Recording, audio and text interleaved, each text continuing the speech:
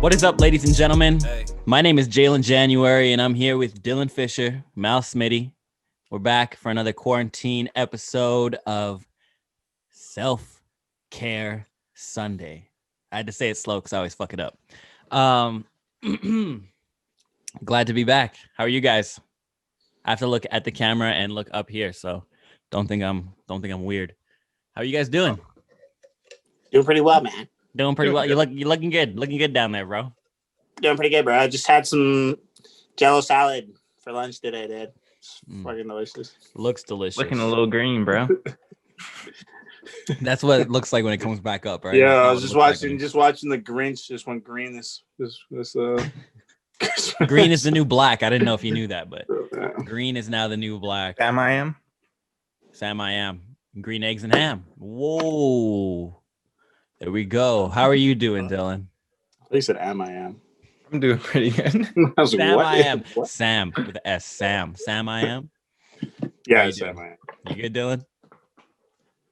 You good? Yeah. You good, Dad? Good. How's your week? What'd you do this week? You worked? What else? I worked. I didn't do much else. Oh. Yeah, just worked. Pretty boring That's week. good. That's good, you know? Video, actually. Oh, yeah. Yeah, we shot a little music video. Yeah. Saw a dead body today.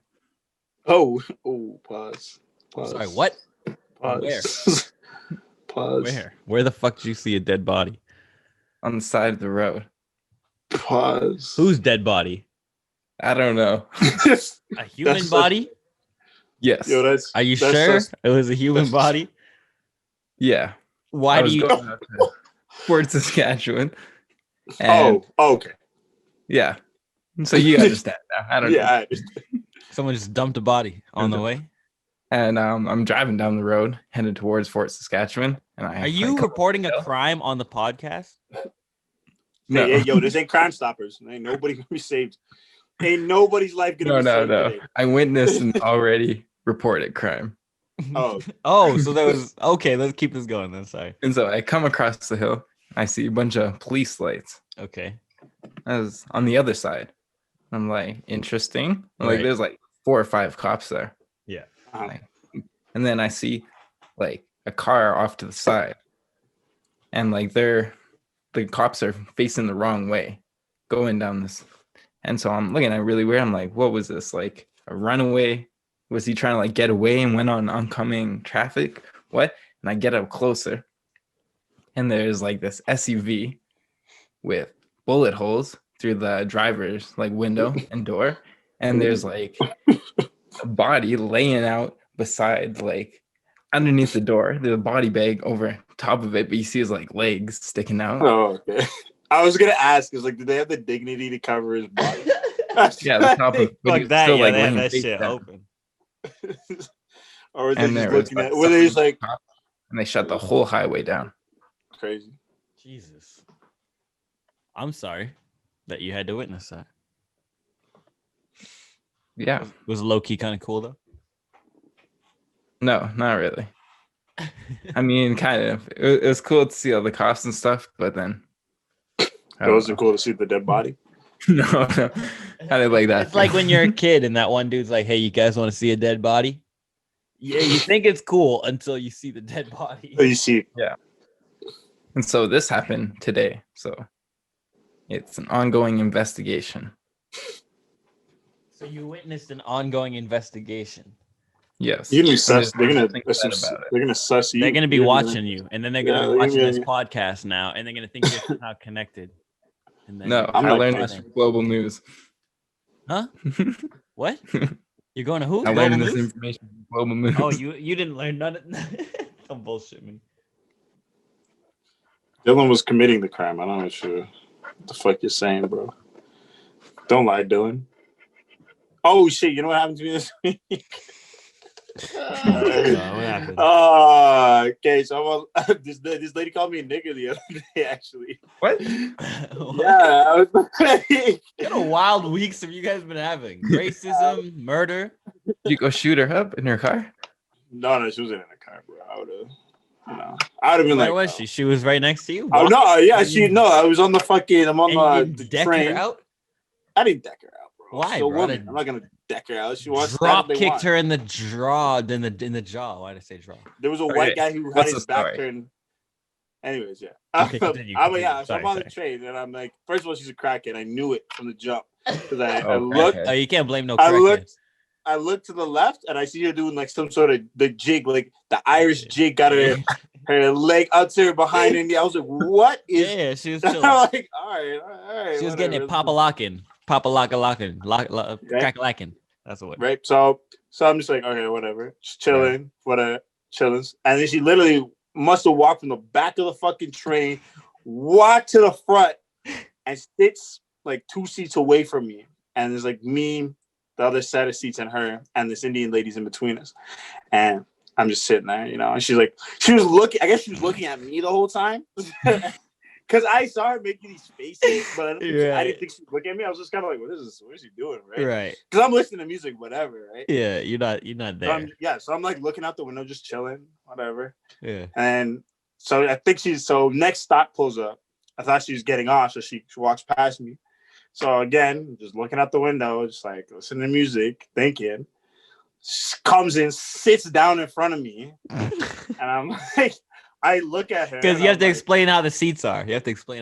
Oh yeah, so the seats are facing each other. So if it's like 2 L's, like like a forward L and a backward like L. this. So Malcolm's sitting here, and then the lady comes and sits here. Yeah. So she comes sits right in front of me. And your mask, you got your mask on? She got a mask on? Of course I got my mask. I don't want to take this out. I knew she was going to say some bullshit. Did she have a mask on? No, she didn't. See, this is what I've always wondered. No, this is what she had. She had like the mask. She had her mask and like pulls it down. So she got it like this. I'm like, God. That's the one. That's the one. That's the look. I'm like, these fucking homeless people are going crazy this year, for real. I've really wondered. I've always wondered, like, people that aren't here or like aren't like, all there, do they abide by the mask rule? Absolutely. Like, are they out here like walking around in certain places like, oh, gotta put my mask on? Like, not that it like, I don't know, like maybe there's certain, like, you never know, there's certain levels to it, like where it's just like that's what they will they like zone in and they're like, you know what? I'm gonna wear my mask at least before I like. They don't necessarily abide the right way. They like have the mask, but they have it under their chin always, and they'll never pull it over their mouth. Like never. That lady never at any point. I think she sat down, had it on, and then pulled it off immediately. Like there was like 2 seconds of her breathing in the mask, and she like just took it off. They have them. They have them because they know they'll get arrested. Right. But they'll get a fine or they'll get in trouble, especially because they're crazy. Yeah, exactly. They don't want to draw attention to themselves, so they're cracked up. Well, when they're crackheads, it's different. Crackheads are crackheads. You can't really like. I'll be honest with you. I haven't dealt with too many crackheads. I've dealt with a few crackheads in my life, but like you can't really. There's not much you can do. There's not much you can do. Like you get stolen from. You know what I'm saying? You get robbed. You get beat up. Well, I don't get not robbed. even like any of that shit. No, I'm just saying like you let a crackhead in your house by accident, you get robbed. Like, you know what I'm saying? That's your fault. Like, yeah, there's not much you can do. You can't blame a crackhead. Crackhead's gonna do crackhead shit at all times. Literally. So that's why I was just kind of like, all right, whatever. So now I'm just blatantly ignoring her. So now I'm just straight like looking out the window, and I can hear her yelling obscenities at me. But like I didn't really hear her say nigger, but like I heard the end of it and I knew exactly what she said. And then pretty much. And then I think the Indian lady turned around and like looked and like she like and you have like they express it. They just express it. There's no hiding it. Yeah. So she like looked and she and I was like, fuck, man, I didn't want to have to deal with this shit this morning. So I fucking morning. When was this? This was like Thursday. Oh, this was even recently. Yesterday. This was pretty recent. Yeah, literally.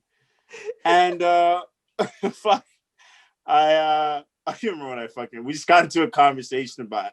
I don't even know. I think I blanked it from my memory. And I was like, this is actually like I should have just slapped the shit out of her. But then I was like, there's just obviously there's a white dude in the front who I know doesn't have his old white man has no headphones on. And I know if I slap the shit out of her, she screams, and all of a sudden I'm getting arrested. Mhm. I'm gonna call from prison. With no I'm doing headphones the on. Zoom, I'm doing the Zoom meeting, nigga. Hold on. Like If he had the headphones, yeah. So I you'd was have like, went in. I would have went in. But she tried to like reach out and grab me. And then, I know. I was like, holy. I was like, relax. I was like, relax. That's why I don't go out, bro. That's why I be staying in. Yeah, crackheads are crazy. Yeah. So that's what happened this weekend, man. Yeah, that was it. That's pretty scary. crazy. I don't want to blow. Never want to take the train again. I've never taken the train again, especially after all this Corona shit. Especially after that story too. I've had too many like sketch encounters on trains. Like I've seen a lot of sketch encounters on trains. I saw this one time. This one dude who I don't know. He must have gotten his ass beat pretty recently. He had like sunglasses on, and there's this like little immigrant couple just sitting there, and they're just chilling, whatever, talking to each other in their language, literally speaking their native tongue to each other. Right. He's like, "You talking shit about me?" And they like ignore him first time. He's like, "You two fucking talking shit about me?" And then he's like, "No," like the dude's just like, "No, like, you know, we're just chilling, like we're just trying to like do what we're doing." Like, right. And he's like, "I'll fuck you up," and like pulls off his glasses. It's like this big ass fucking black eye. And I'm like, no. I was like, that's not a you won that fight. You got your ass beat in that fight. That's a you got your ass beat look. That's a you got your ass beat black eye. And then they just kind of scrammed away, and I was like, all right. I was like, all right, big guy. Whatever. I'm at the point in my life where it's like, I'm glad that it's Corona, to be honest with you, because like I be getting so aggressive sometimes in my own house about stupid shit that I'm like, oh man, if I was out and about like in the clubs right now, I'd be scrapping. I'd be scrapping way too much. But you were gonna say something, Dylan. What were you gonna say? I don't know. It's all good. But yeah, I just know for a fact. It's just like I'm glad at this point right now that I'm inside, because if shit like that happened to me, or someone's like, you know what, I'm be like, today's the day. Let me bust this nigga's ass, because I am. Yeah, I mean, like, if she wasn't as doped up, I don't think. If she was really doped up and like was really like crackheady, I would have definitely slapped the shit out of her and like taught her a lesson. But I was just like, you know, I was also just kind of like, you know, it's not even worth fighting this lady at all. Yeah. So I was like, the crackhead. No, I understand. I was like, he's probably on the streets. I was like, it's fine. I was like, I'm just gonna leave it. Cause I was like, if it was a man, it would have been a different. Oh yeah, that's what I was about to say. I'm like, if it was a man, then it'd be a different story. If it was a man, I wouldn't even have let him. I would have taken off the headphones and slapped the shit out of him from the jump. Not even no question about it. That's how you should do it. But also, I don't want to jump over this fact that Dylan saw a dead body. So oh no. That could have been my dead body, bro. We don't have to go back to that. We don't have to go back to that. Have you already scarred? You're scarred enough. I'm sorry. Yeah. Right. Do you remember what the dead body looked like? What kind of shoes was he? Was he wearing shoes when he died? What kind of shoes was he wearing? I don't know. He's wearing classic blacks. What? Track? He's wearing track? Oh, he's a trapper, bro. Is it like those like Playboy ones with the two girls that are like with the legs going out? Kappa. That's Kappa. Kappa? Mm-hmm. Those sweats. That's a drug-related incident. No. That's a brown guy for sure too. That's a drug-related incident. Drug-related incident for sure. No sympathy. We're calling it here first. Exactly. I don't need no CTV report to call that one. But I don't think the police needed to know that. They just they looked right. Sprinkle some crack on it, call it a day. Like, what's called like drug-related? Don't investigate that. Yeah. Don't do PCP, Johnson. Anyway, I mean, what shooting isn't drug or like gang related? What? You know, there's school shootings, mall like shootings, around here, cinema shootings. No. Usually it'll be if somebody gets murdered here and it's not drug or gang related. I feel like it's just the many sociopaths that live in the city. Our city has like the high. What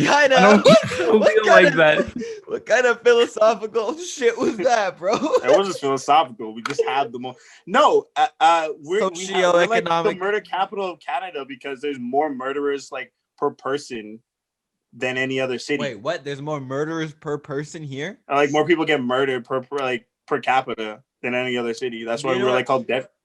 Do you know what? I don't know if they're killing random people though. It's like per like I think it's either per like 1,000 or 10,000 people. I think it depends on what they do. So, what do you say? We had a friend we went to junior high with who got stabbed. Oh yeah. Yeah. And I was like, oh man, RIP, such a good kid. Then I found out he was selling coke. This got stabbed during the deal. It'd be the good ones, man. One of my neighbors, he got his like throat sliced open one time. Jesus. Yeah. That was like what? It was like a big story on the news like a long time ago. Holy. And like because he was I think he's like an RCMP or something like that. I can't remember. But they came for him. That's why. Yeah, I think so. I don't. It was on the verge of cracking the case, bro. Not even cracking. He was gone. I think he was at McDonald's. And he got his throat sliced open, bro. Just getting a meal. So we cut him up like that, bro. I was like, damn. So yeah. R.I.P. Oh man, do I know? Yeah, I feel like we probably all know somebody who's been stabbed or shot at or something. Yeah. Right? Like it's just like it's really prevalent in our city. Like Toronto probably has it, but it's probably in like zones, right? Like Toronto has lots of shootings now. Yeah.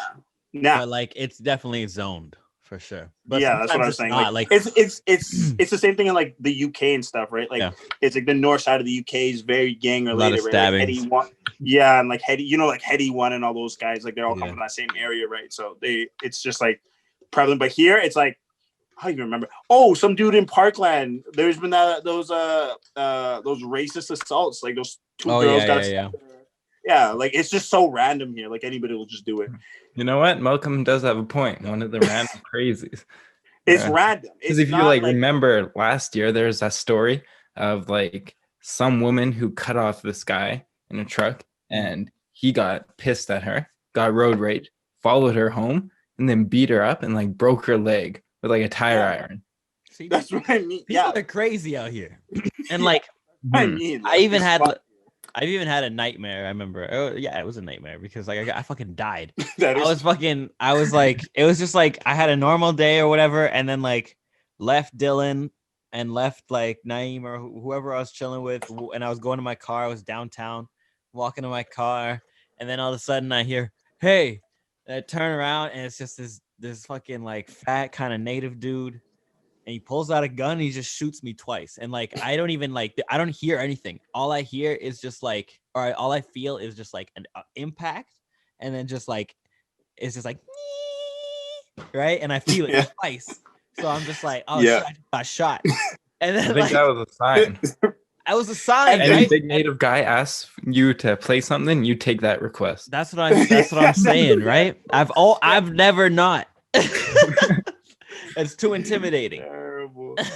But like there's nothing to say about like who the person was that shot me. It was just like that's what you're subconsciously scared of. That's what I was subconsciously scared of. Like that I will get shot and killed in the street. I guess at like that time. That was like said no. I'm trying to pull that kind of shit off me. Anybody it'll probably be a white dude that shoot me. Maybe a brown guy probably kill me, to be honest with you. I am not. I've gotten in like 2 real fights in my life. Yeah, Dylan, and they've both been with native guys. Why don't you explain your first one? Oh, my first one. My first one was in junior high. Yeah. I hid some guy's cologne bottle as a joke, and he got pissed and came out swinging at me. I was like, "Oh shit!" Yeah, there you go, just like that. There we go. Just like that. Ready. It was a big thing. And then Harmon Jasser actually had my back, and ever since then, he liked me, but before then, he didn't like me. He showed you. So that was my first. You had chutzpah. You had some calzones, you know. I had some calzones. It wasn't anything crazy, like not like the second time. Nothing at all. So second time. This is grade 10. Going to Harry Ainley. Bus into school. I'm sitting at the back, in the back left corner. So you know how the back row is there, and then there's a side seat, so you're kind of like trapped in. Yeah. I'm sitting there chilling on my phone, on my way to school, and there's native guy who's sitting on the side seat. not on the like one right in front of me, on the one, and it's like fairly empty. Like there's nobody in this back section. Like it was already like weird to begin with. And so I'm just sitting there on my phone, and like it's like one of those like had the feeling knew something was gonna happen. So I was sitting there with my headphones in, pretend I'm listening to music, but no music's coming out. I'm trying to listen for any sound to give me the advantage. The advantage. I mean, no, I know exactly what he did. He's looking for a sneak attack. No, you have to. You have right? to. And so I see him like start shifting, and he like because it's at the stop. It goes on, and then he starts shifting, and then he just like reaches over and tries to grab my phone. But like I knew it was coming, so I just like grabbed onto it, and I was able to like pull it back out of his hand. And like immediately as it like slipped out of his hand, he just like took a step back and arms went up, and he just like started swinging at me. And like first, like immediately like what? Like that. And his like first thing just like grazed the like bottom of my throat here. And I was like, shit. And then I just went in with the nice 1-2 combo. Tell him about the mode, bro. Hit this mode, right? When my adrenaline starts going, shit goes slow motion. Like I'm just able to just process things. Like blocking and stuff is very easy. And it's like very calm. Yeah. Things go quiet. Man's in the zone, you know what I'm saying? He calls it the mode, you know? And with a 1-2, grab him by his hair and just like grab his face and just like slam it into the seat. And just like his nose starts bleeding. The bus driver is running back. He's like, what's going on? What's going on here? And like he sees him with like the bloody nose. And all this, he's like, get off the bus, and kicks me off. And this kid stays on the bus. Yeah, sounds all right, bro. But I was, yeah. Bus drivers got to fuck up at that time. Bus drivers always fuck shit up like that, bro. They always be throwing your ass out the bus. Like, nigga, this nigga trying to rob my phone. Get thrown out the bus? Fuck you, man. You throw me off the bus? Throw me out the Some racist ass shit. I'll be taking him with them. We taking him with me. Stopping his still beating his ass outside.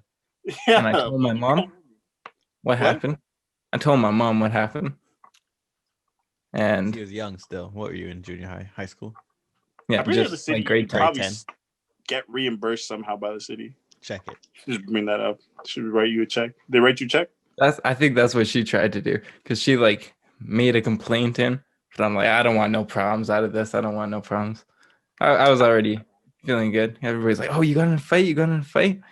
And so like the bus driver, like it's a different one, but on the route on the next week, he like, I guess he was like asking everybody, because as soon as I boarded it on from my house stop, he's like, did somebody try to take your phone off the bus last week or something? I was like, nope, not me. Just walked right to the back of the bus, and that was it. Yeah. Sometimes you don't want to. I went home and I was like, what the heck, Mom? You phoned them? You don't want to tell them because, like, what's going to happen is, like, not just Aboriginals, but, like, a lot of those guys in general can also, like, they're also gang related. So, like, sometimes if you be telling on some of them dudes, like, the Hell's Angels, I don't even know. You never know. Honestly, out here is pretty crazy, especially with Hell's Angels. Like, once I started, once I went to Toronto. Don't go to Chinatown. No, once I went to Toronto is once I realized how many Hell's Angels were really here. Yeah, it was crazy. Yeah. And it's just like, oh, they run everything. Like, everything. People, you don't understand. Like this, I think this girl I work with told me that her mom was like, bro, you're here outing people, bro. Yeah, it's fine. Her mom was like dating a dude who was in it, and he left to go commit more to be more involved in. Wow, that's crazy.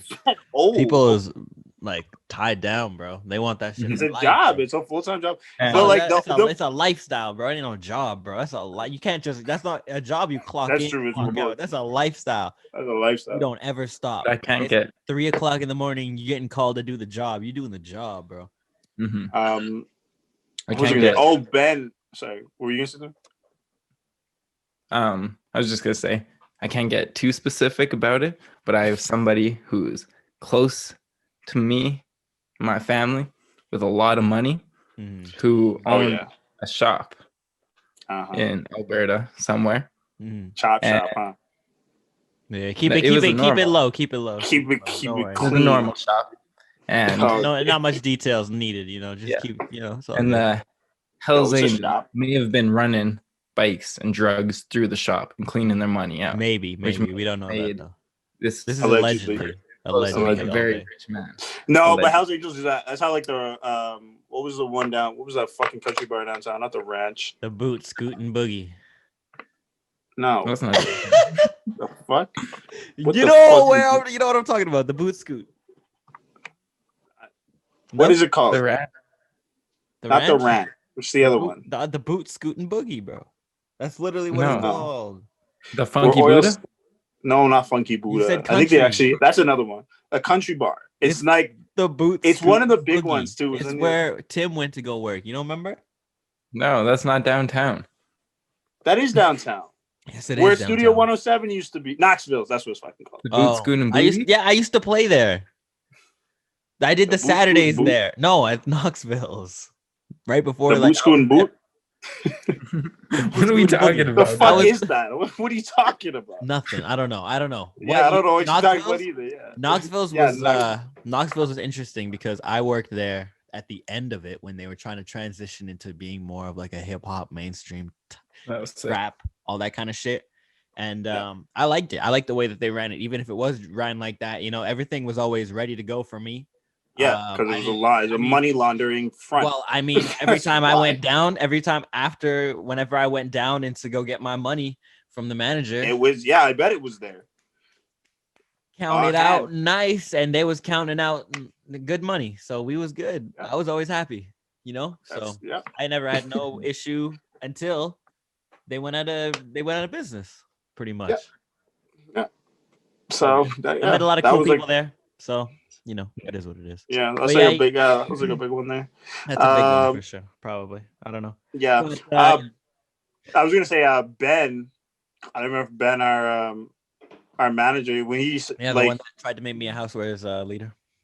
Yeah, specialist. He used to say that he would go down there because he used to get his tattoos at Showdown, I think, because they had like a place in Chinatown. I think they still do.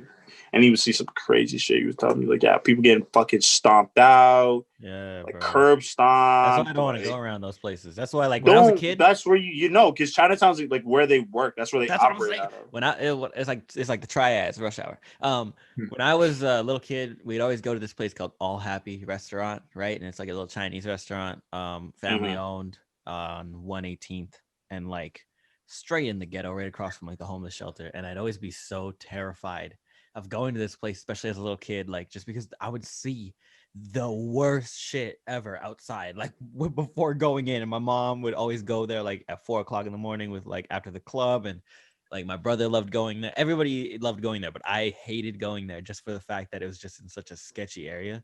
I just don't like being in places where I always have to check myself. You know what I'm saying?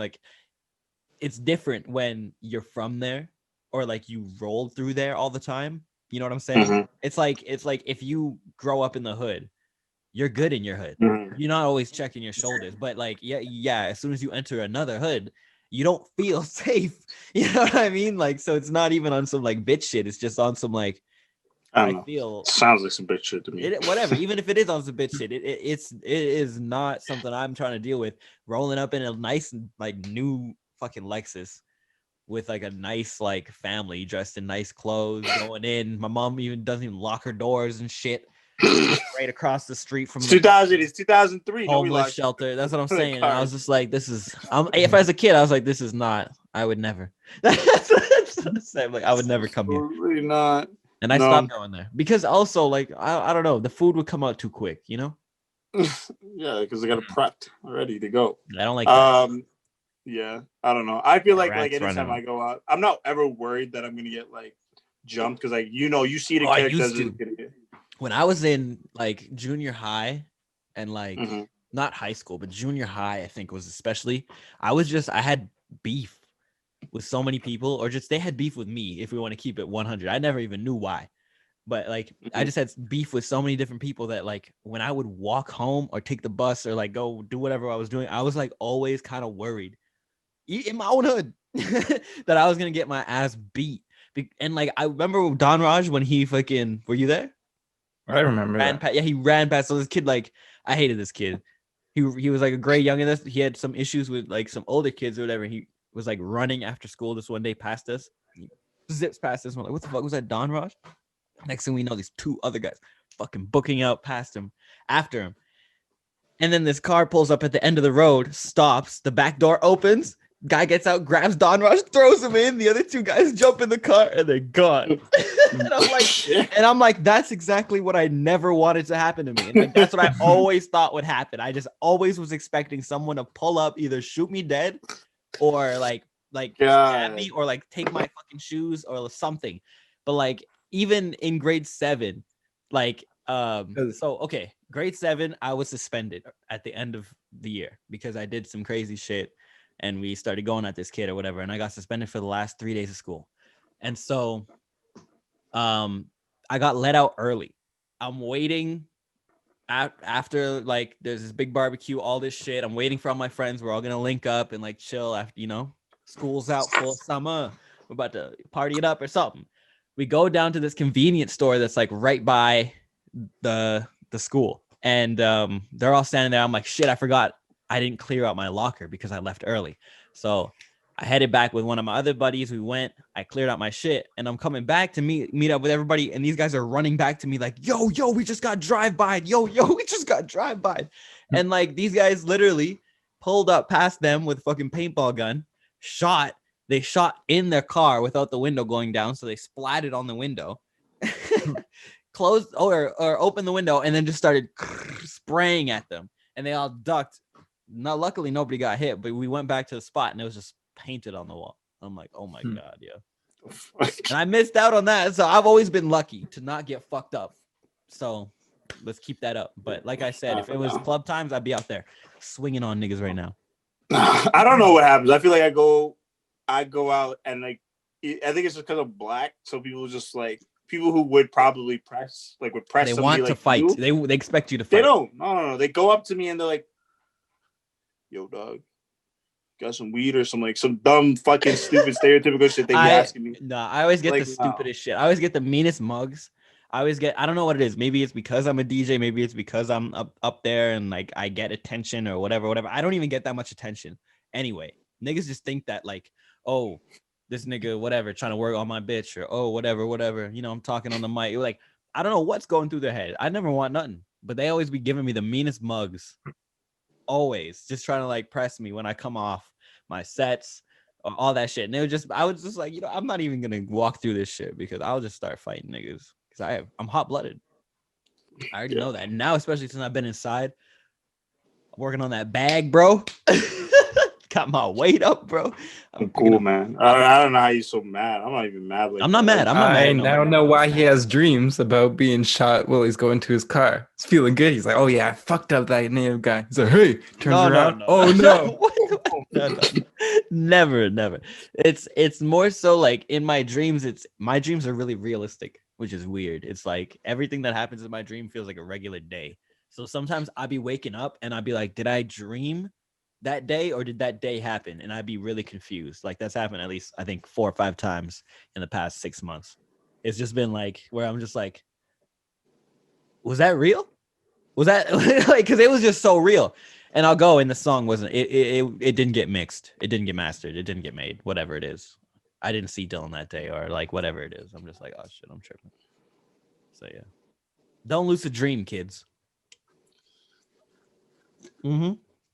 Is that even a lucid dream? No, like I used to lucid dream. I used to try to, and there's like certain things that you do, and it starts to mesh your reality in your dreams a little bit.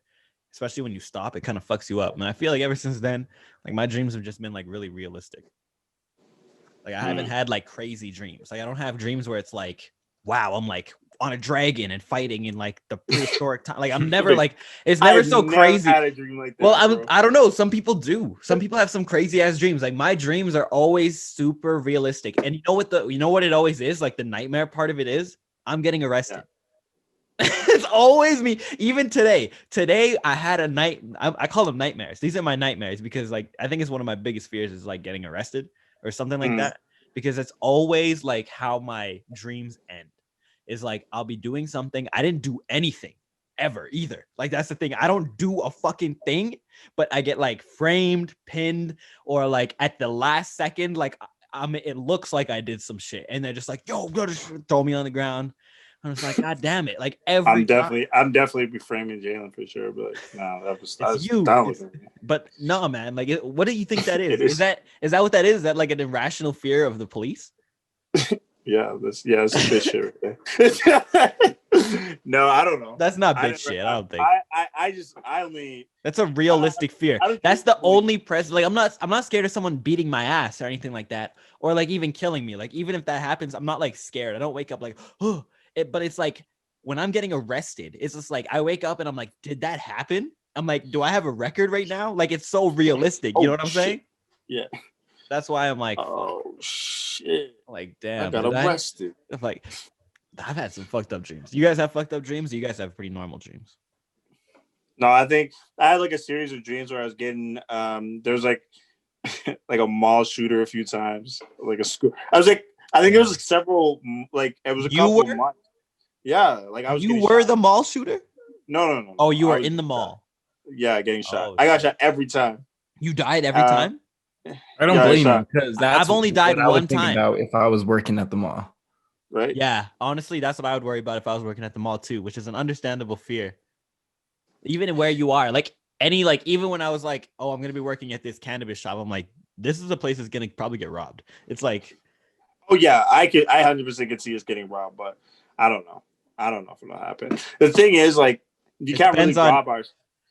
No, you can't really rob our store. That's the thing. Yeah, like, if you rob us, like, if somebody's in the back, there's like 20 people in the building. Like, somebody's gonna call the police. Like, you're not gonna get everybody. It's not about. You gotta come with like a team of 20 people. Yeah, you gotta have it all smapped out. Yeah, exactly. Everybody in there's on it. Ooh, exactly. That'd be sick. But Ocean's 11, bro. Anyways, no, I had a series of dreams like where I was like in the mall, I got shot up. Yeah. I had a dream where I was helping this customer, I think, and they got mad that I gave them the wrong shoes or some shit like that, and then they turned into the shooter. So he pulled like a fucking like chopper, just like, what the fuck? Got everything. He was like, "What the fuck's the guy who gave me the shoes?" And I was like, I was even working. And the thing is, I was even working. See, but that's not realistic. It's not. See, like that's not like a realistic dream though. Like my shit is not like out of order like that. My shit like makes sense. You know what I'm saying? It's like, oh, that's the dude. Like I was talking to that girl. Like we just had like a slight conversation. This is the same dude that was looking at me. Like when I think back to it, right when I'm dying, I like flashes in my brain. I see him in the corner at the bar looking at me with the side eye. He's the one in front of me with the set. It's like my shit has like stories and arcs. It's like, what the fuck is going on in my brain? Yeah, I don't have issues at the club, so that's the other thing. It's not always club shit. It's like at the bank. It's like going to get groceries. I don't have issues at the bank either. Bro, I don't have issues anywhere. I don't have issues. I wear my mask. I get my shit.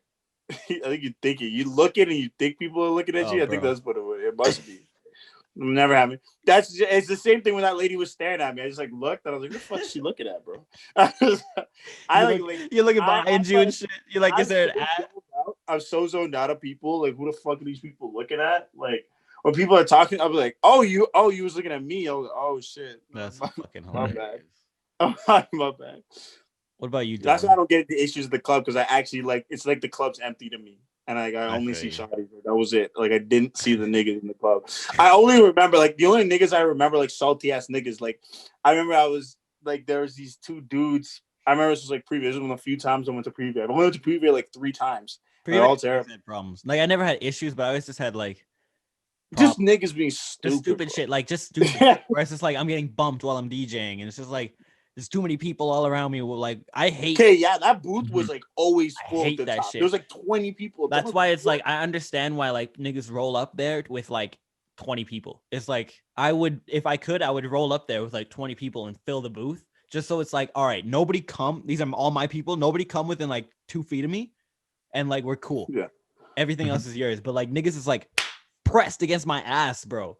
And it's like I turn around, I think it's like. It's a nigga, like Turner. I'm like, what is going on? Like, get and like I bumped, like hip check them out of my shit. It's like, it's not good. I never liked playing there. I like the experience because like it was the younger crowd or whatever, but like it was always just like it never like was. But the other thing is like, why can't anybody else just make another younger crowd fucking club? Why did nobody else make a good club? I want like if I had money, I'd have made it fucking I'd fund the club. Fuck it. But here's the thing, like it's not really feasible. Like you're making money. Trust me, you're making money. But like at the end of the day, you're not. If you're not not really paying a high lease or rent or whatever it is, and like you're able to kind of bank a lot of the money, then that's cool. And you have like a system like that. But if your overhead is like 65,000 like alibis, and you're not really, you have a young crowd that doesn't buy bottles or doesn't buy alcohol and doesn't really like push sales. They're just in there. You know what I mean? By getting water and standing around, and you know what I mean? Or like getting one shot and being broke nigga shit. Broke nigga shit. And just like, like you're not making money. You're kind of losing money every time you open. So it's like, it all depends on the climate. And especially right now, like, you know, that shit's not going to work. So, but so what do you, okay, hold on. This opens another thing. And we can either take a break now and come back on this, or keep it going. How you guys feel? I'm good. You good? Dylan, you good? Yeah. Okay. So when Corona ends, obviously it's gonna end. The vaccine will roll out, and like people will go. Are we going to the clubs? Is that what you're about to ask? Not are we going to the clubs? We're obviously gonna be going to the clubs. But like, how good do you think the clubs are gonna be? Do you think it's gonna be like the roaring 20s when people are like, "Yo"? It's gonna be wild. Yeah. Like the first few years are gonna be wild for sure. Like anybody in our age group, I feel like the clubs are gonna be wild, bro. Yeah. But like all the young kids aren't gonna come, so it's gonna be like 23 plus people. I feel you. I hope so. And like if it's that, like if it's like 22, 23 to like 40, like that age range in the clubs, like I'm winning. Like I do, especially like you came in on my mom's Twitch. What'd you think? How was it? It was good. It was good. Entertaining. So I've been listening to reggaeton. I've been listening to reggae and fucking dancehall for the last few weeks anyway. So my mom perfect. It's got more shit to add to my stuff. Yeah, I mean, every Thursday, hold on. Every Thursday, game time with DJ Game Girl and myself. You can find us on Twitch, twitch.tv/Game Girl Entertainment, GAMEGIRL, and then entertainment. I don't know how to spell all that, so go ahead and follow that. Follow me, JAYLIN January, and these niggas will probably we'll do a live we'll do a live self-care Sunday for sure once all this shit ends. But the clubs are gonna be fucking lit, man.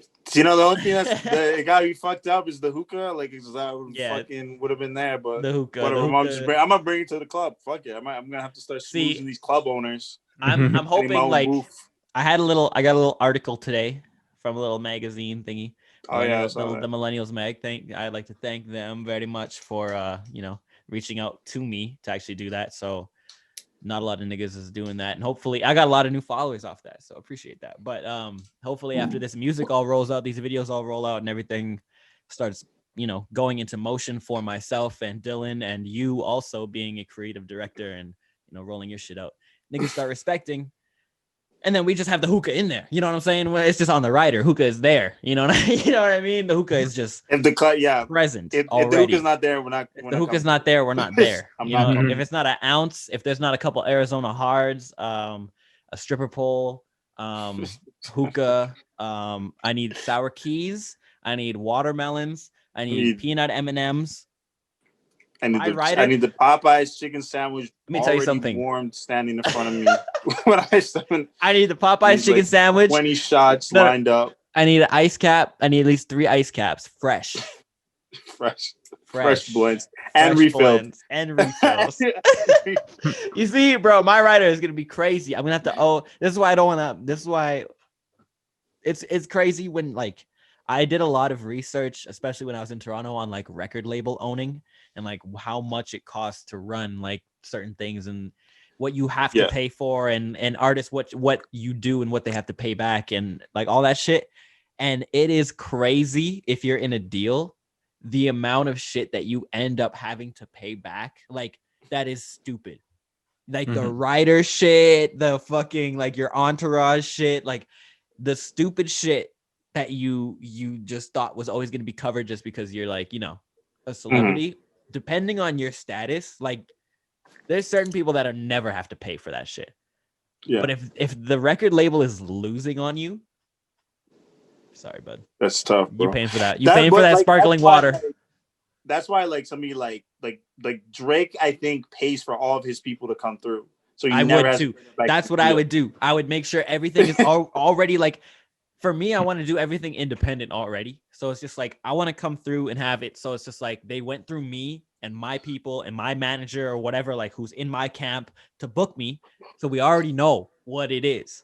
And it's just like, I don't know. I look at a lot of these things that are hopefully going to happen. And I've already. Oh, you know what you could have? So you'd have the ice cap and have this like the Kahlua inside of it or something already. Yeah, you see what I'm saying? Or the Baileys, Baileys even. Yeah, the Baileys in it, the mix, the almond, the Baileys almond, or they gotta have a nice cup of like a different Baileys. They got a vanilla Baileys, but like, anyways, I've been thinking about like all this shit. Like when it does pop off, when it does start happening, when like music does start picking up into people's ears and they start paying attention to what's going on, we start touring and doing shit once things open up again. And hopefully they are crazy, because then that's an avenue, you know what I mean, to be making more money, selling more merch, doing more things, and hopefully the economy gets back to a place where people are able to afford all that. But it's just like, I don't know, I see it. I see what I need to do. I see what I think is going to work. And the things that I've been doing, especially like just little promotions for my mom, getting things ready for Dylan that he doesn't know about. And, you know, even for you, motherfucker, it's just a lot of plotting that I've been doing, especially this week, having this computer. Let me tell you something. Levels. I'm able to do so much shit. So I'm really excited to be able to actually put this shit out. Because once this shit starts coming out, it doesn't stop. And it's like, I'm just taking this break. And once, like, I don't know, I'm just excited. I'm excited to take over the world. Okay. Yeah. I feel you. All right. I gotta take a piss real bad. So we're gonna take a break right there. What's part? Majority of them, it's King and Queen Street. Yeah. Like it used to be. And they're like, and those streets are like adjacent to each other, right? They're like, yeah, they're really close. They're really close. Yeah. And then like, there's different parts. Like we used to do a spot in Kensington Market. Like we went, and there's shit on Queen. There's shit on like, what is it? I don't even remember what the fuck is Godiva. I want to say something like that. It's something like that. And it's just like a whole bunch of different like areas. They're really close to each other. It's all within like walking distance or like 5-minute cab. Yeah. Or whatever. And it's the same kind of shit in Vancouver too. It's like majority of that shit is on Granville. Majority of that shit is over like whatever. You have like your one-offs. Like there's some things that are deep in places like Fortune in Chinatown and things like that. Like even in Toronto, there was just like, we did this one place in Scarborough on like Markham and McNichol. It's just like it's far away from like anywhere else. So it's just like, what was that? I can't remember the name of it, but it was some club in Toronto where it was in like tower or a building, and there was like 4 different levels, and each level was a different government. So there was 8. Yeah. There was 8 different clubs inside one building, and it was one gigantic building. And the reason that I know about this is Love Jones, the person who taught me how to DJ, used to DJ in the hip hop room, one of the main rooms there. And it's run by this really rich dude. I forget his name now. His name is Chris something. And he owned that. And then after he owned that shut down. They closed it, whatever. He went on to open what is now Rebel, which is like a 15,000 capacity club.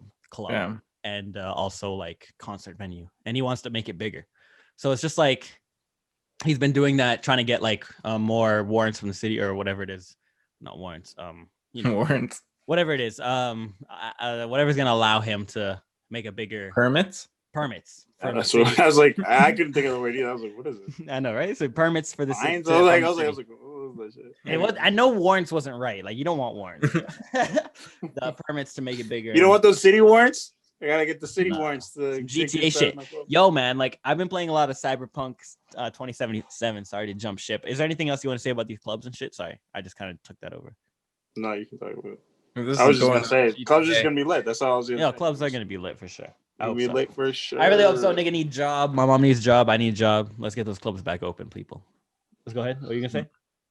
Well, sorry. I know you're gonna jump ship. Don't worry. But at what point do you think that clubs will go to like normal, where you see the full range of people? Is it when they finally take off the mask law? No, next year. The first day they open phase 4, those clubs are going to be lined up. I'm going to be in line for the next phase 4. What's phase 4? It'll be next year around this time. Phase 4, well, because we're in phase 3 right now. So phase 3 allows. Well, we're in phase 2 really again. Actually, we got pushed back. Yeah, we're in phase 2, but like every like city and province has like a phase. So phase 1 was quarantine. Phase 2 is minimal contact. So like a few places are open by appointment. Whatever. We were in phase 3 where people could actually go to bars and stuff. Yeah. Restaurant, like indoor dining in restaurants and like to limited capacity. Yeah. And then phase 4 is like nightclubs, everything's essentially back to normal, and then they're just like kind of monitoring the situation as it goes. Like Vancouver was at that level. Vancouver was there for so long and their cases were so high, and it's just like, oh my god, the things that I saw, like I'm glad I left what I left, because the things that I saw is just like I'd have to take the SkyTrain every day. The SkyTrain every day. I guarantee, and I feel like I already got it. I think I said this already. I feel like I already got it from then, but like it's just like nobody give a fuck. And still nobody gives a fuck. And that's why it's like the deaths are climbing, the cases are climbing still while we're in lockdown. And it's not like, I mean, we've only been in lockdown for a little while, but like I don't feel like anything is really going to change. You know what I mean? Am I wrong about that? I don't know. Once the vaccine sort of rolls out. Yeah, that's different. That's different. I'm just talking about from lockdown. Oh, from lockdown? I don't know. I feel like, well, the thing is like if we had been in lockdown like a little bit longer, like our numbers probably would have been a little bit better. Yeah. What I agree with that. I think that if we were in lockdown for like a whole month, and I feel like if we were in total lockdown, I mean, give everybody like $5,000 for that month, boom, like, or $4,000, whatever. Give them some money so that they can, everybody can just stay home. You know what I mean? You can go to the grocery store or whatever. It would be better if it was like pick up, like call. It'd be a tax nightmare. No, I mean, but like delivery or some shit.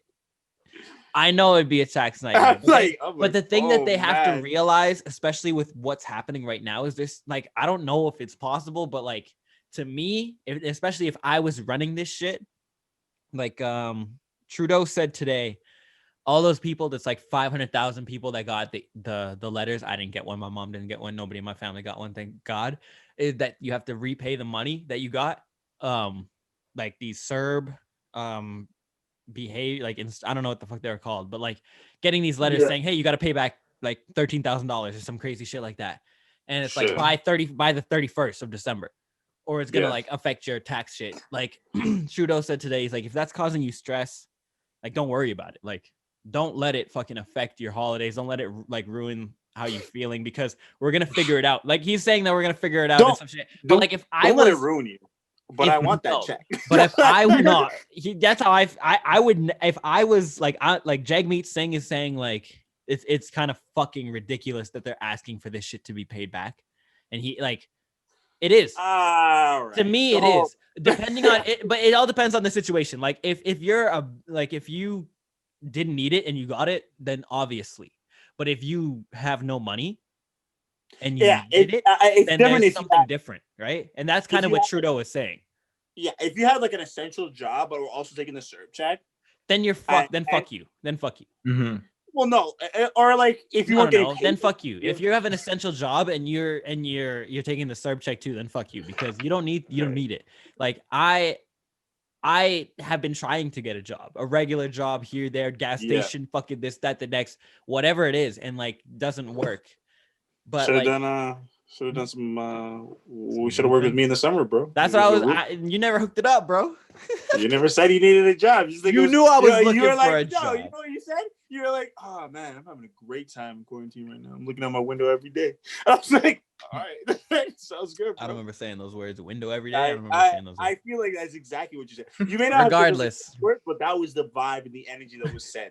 Regardless, like, anyway, regardless, it's just nobody's, especially right now, nobody's hiring, right? So it's very few people. So if you have an essential job and if you've been working throughout this whole pandemic, like both of you have, you guys are blessed. Like there's people out here that, you know, their job is communicating and being like really, really close to people and like done. And it's not even it's a lot of people that are in financial debt now of their like to no fault of their own, even with government aid. Goes to show it's just like things are kind of fucked. I'm not gonna lie. Like there's more debt and a lot of these things are all loans. So people have to pay them back eventually. And it's just a lot of people are either not gonna take the next wave of money because they're in that situation where it's like I then have to pay back like almost $100,000 to the government. If you're like a small business. I think too much. But I also think another thing. Wait, what? It's only if they took too much, right? Well, some businesses needed to take everything they could get.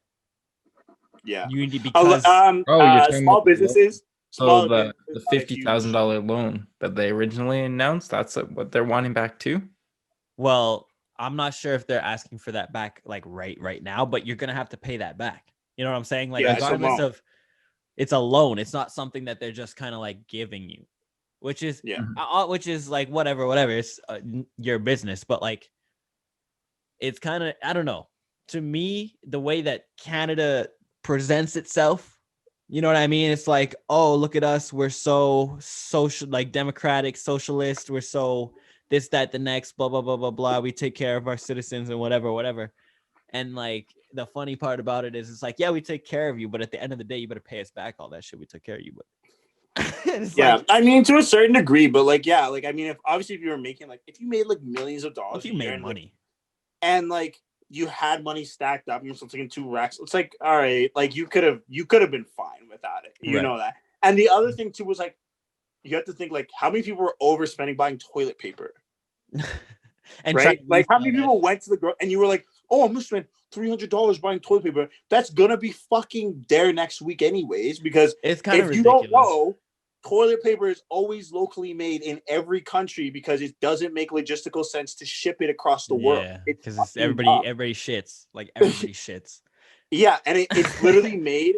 It's literally made in Alberta. That's how quickly toilet paper can get flipped over. Right. So it doesn't even matter. We got a lot of boreal forests, so we got toilet paper. For literally, there's a whole industry.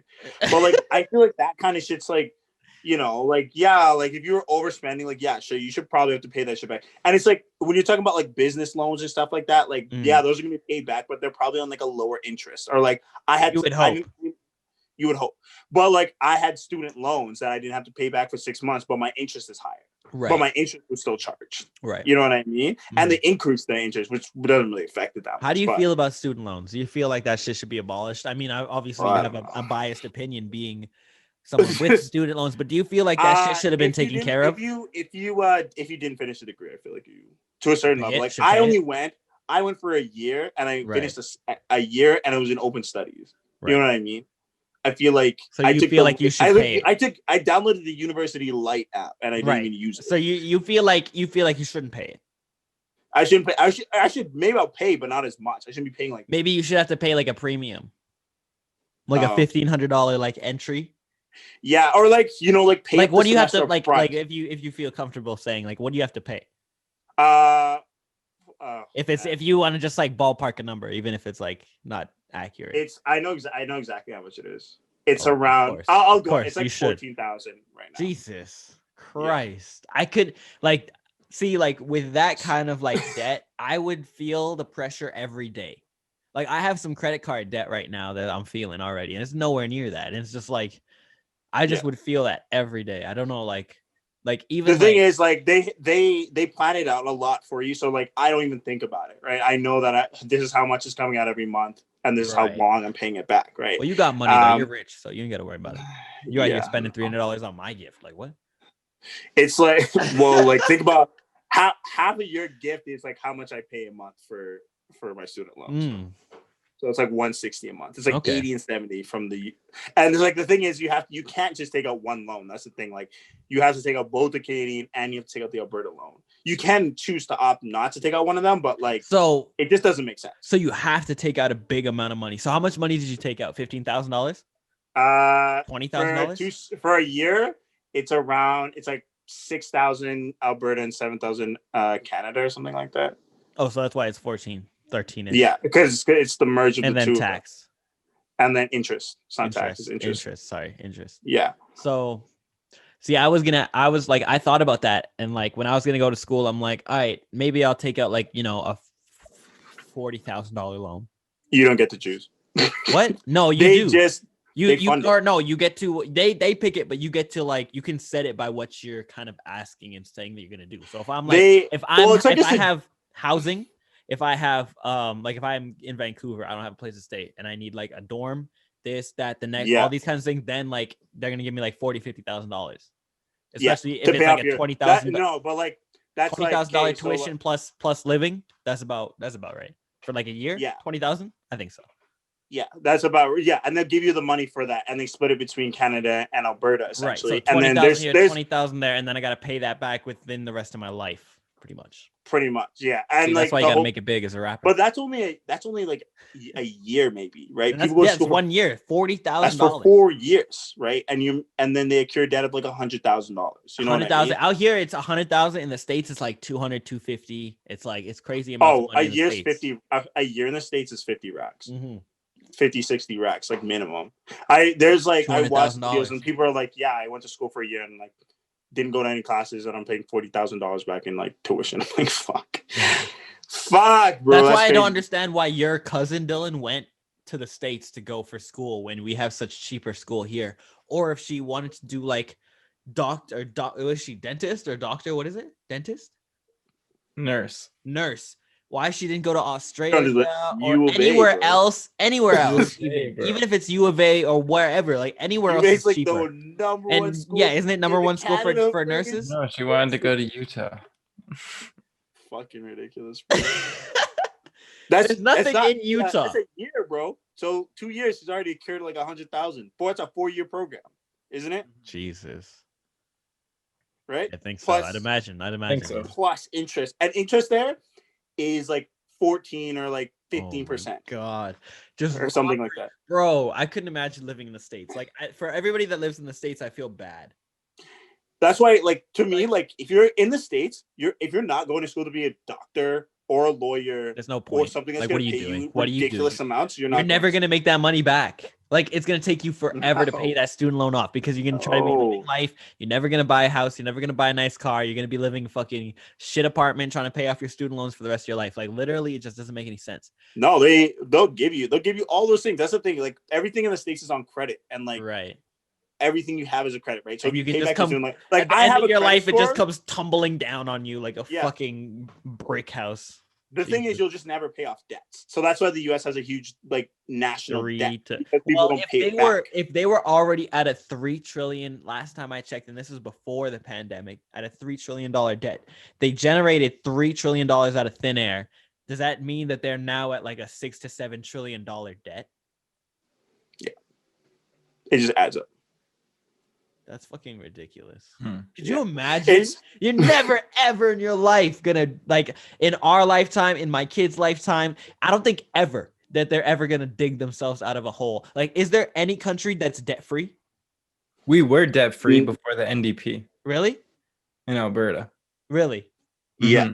From the Conservative Party being in power for so long? Okay, hold up. Yeah. The reason why, because we were fucking extremely conservative about everything. We didn't have. We only built pipelines that were going to make us big money, right? And we didn't do anything else. We were all about a check. We were all about a check. Yeah, it's because that's nothing wrong with that. Sorry, I was nothing because Ralph Klein lined everything up perfectly. He was like perfect about everything. The Ralph Bucks. Yeah, the Ralph Bucks. Yeah, like that. Fucking like everybody got $3 bills, bro. I was like, I don't even remember how old we were, but we all got money too. Yeah, we got $3 bills. My mom remember? Do you remember the Alberta Centennial? Did you guys ever get those Alberta Centennial coins, like those gold Centennial coins at school? No, we got our, like, I'm pretty sure everybody. I don't know if everybody got one, but we got one at our school. We literally got this gold Alberta Centennial coin. I probably still have it, and I just remember. I think about that. I'm like, why the fuck were we giving out like gold coins to children? Like, who gives like? I don't care about that shit. It was like real gold coins. I'm pretty sure it was a solid gold coin. That's pretty crazy. But anyways, but yeah, I'd be happy about that. I wouldn't be mad as a little kid. I'd be like, yo, this is lit. Yeah, I was like, oh, this is sick. But Dylan had a cool coin collection on his wall when we would all go to his house back in the day. Yeah. But like, so with these gold coins, are they collector items? Like these gold coins nowadays, like, can you not get them? Or what? Dylan? No, not Dylan. Oh, me? Malcolm. Sorry, Malcolm. Those gold coins that they give you, those coins. Those gold coins that they give you. I think they only pressed a certain amount of them. Really? So I have one. You have them? Like you don't know where they are? I think I know where it is. You don't need to search it up right now, but one day. You should find it. Bring it up for next week. I'll look for it while I'm here, and I'll find it for you. Bring it up for next week for sure. So next week, wait, what days are going to be next week? Boxing Day. Boxing Day is going to be the 26th. Oh, sorry, no. Next week, so then it's going to be Christmas. We have to do it on Saturday. Yeah, we're going to do it on Saturday. So when do you guys want to get together then? If you're so adamant about getting gifts, I'm going to try to get you guys something. I don't know. Saturday, Boxing Day. You want to do a live episode that day? Why? Huh? Like real IRL episode. Yeah. All right. Cool. Why not? What do you want for Christmas, bro? Food sweater. What? Oh, you asking me? Yeah. On air? You never gave us any answer ever. So yeah, I'm asking you on air, giving you the hot seat, bro. I don't know, dog.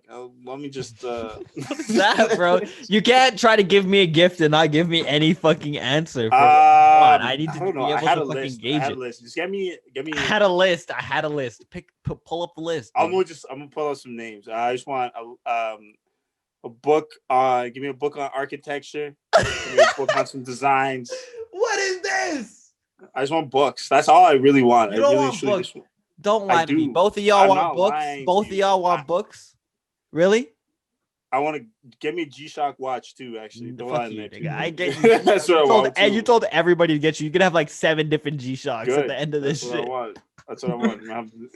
I told everybody to get me socks too. So I think you got socks. I got you. It's the same kind of ploy, except mine aren't as baller. Got you some socks. I got Dylan some nice thing.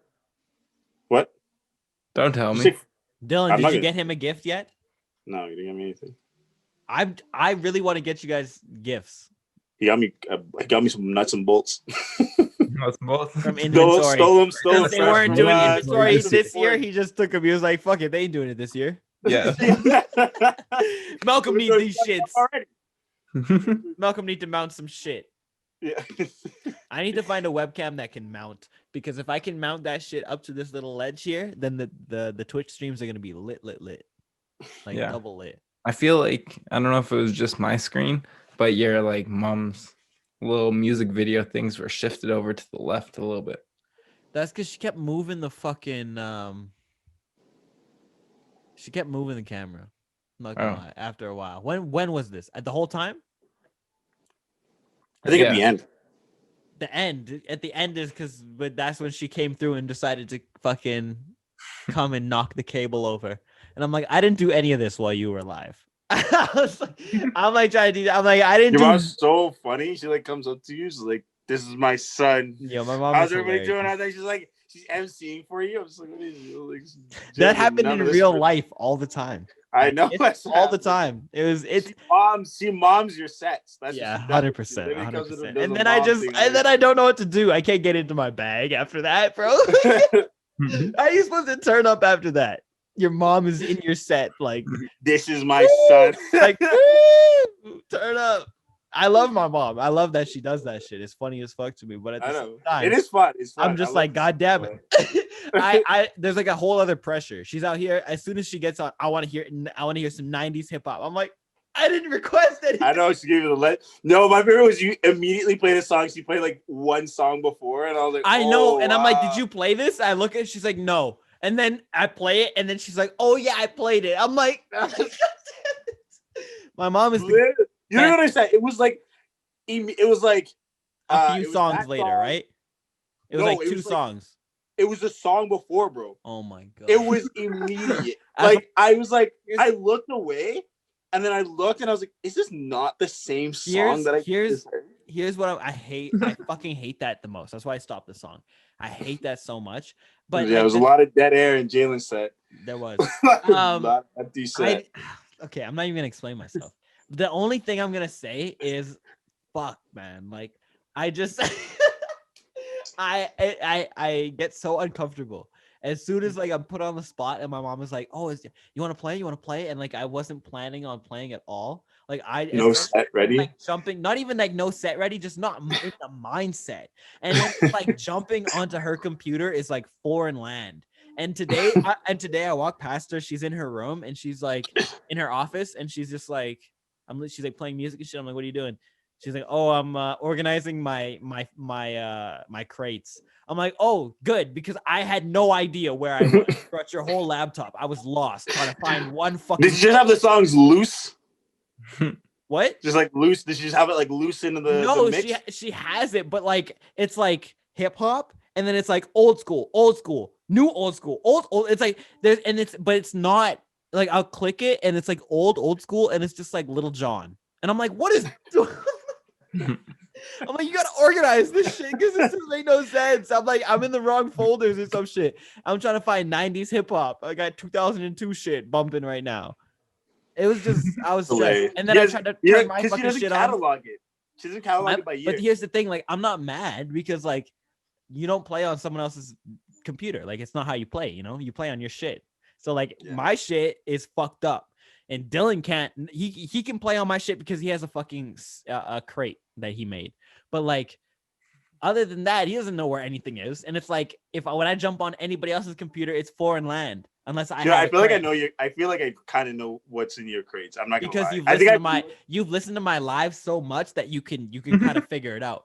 But it's specific crates that I play on lives. You know what I mean? But I've also have been in your thing before too, right? Like I think I've been on it and like have looked through it and been like, okay, these are in here. These are kind of. But I don't think I think I would have to look through it a little bit. You're supposed to learn from me, and you still haven't taken one session from me. I know. How do you feel? You want to learn? like I could teach you. Yeah, I do. I have to schedule all my things out because I want to learn a lot of things, but I have to.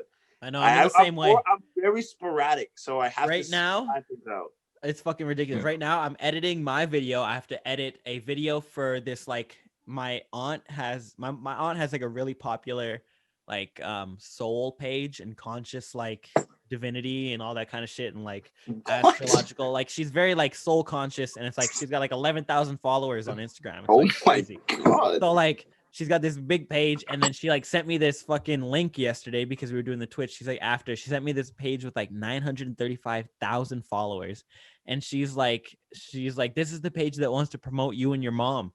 And I'm like, okay. Ow.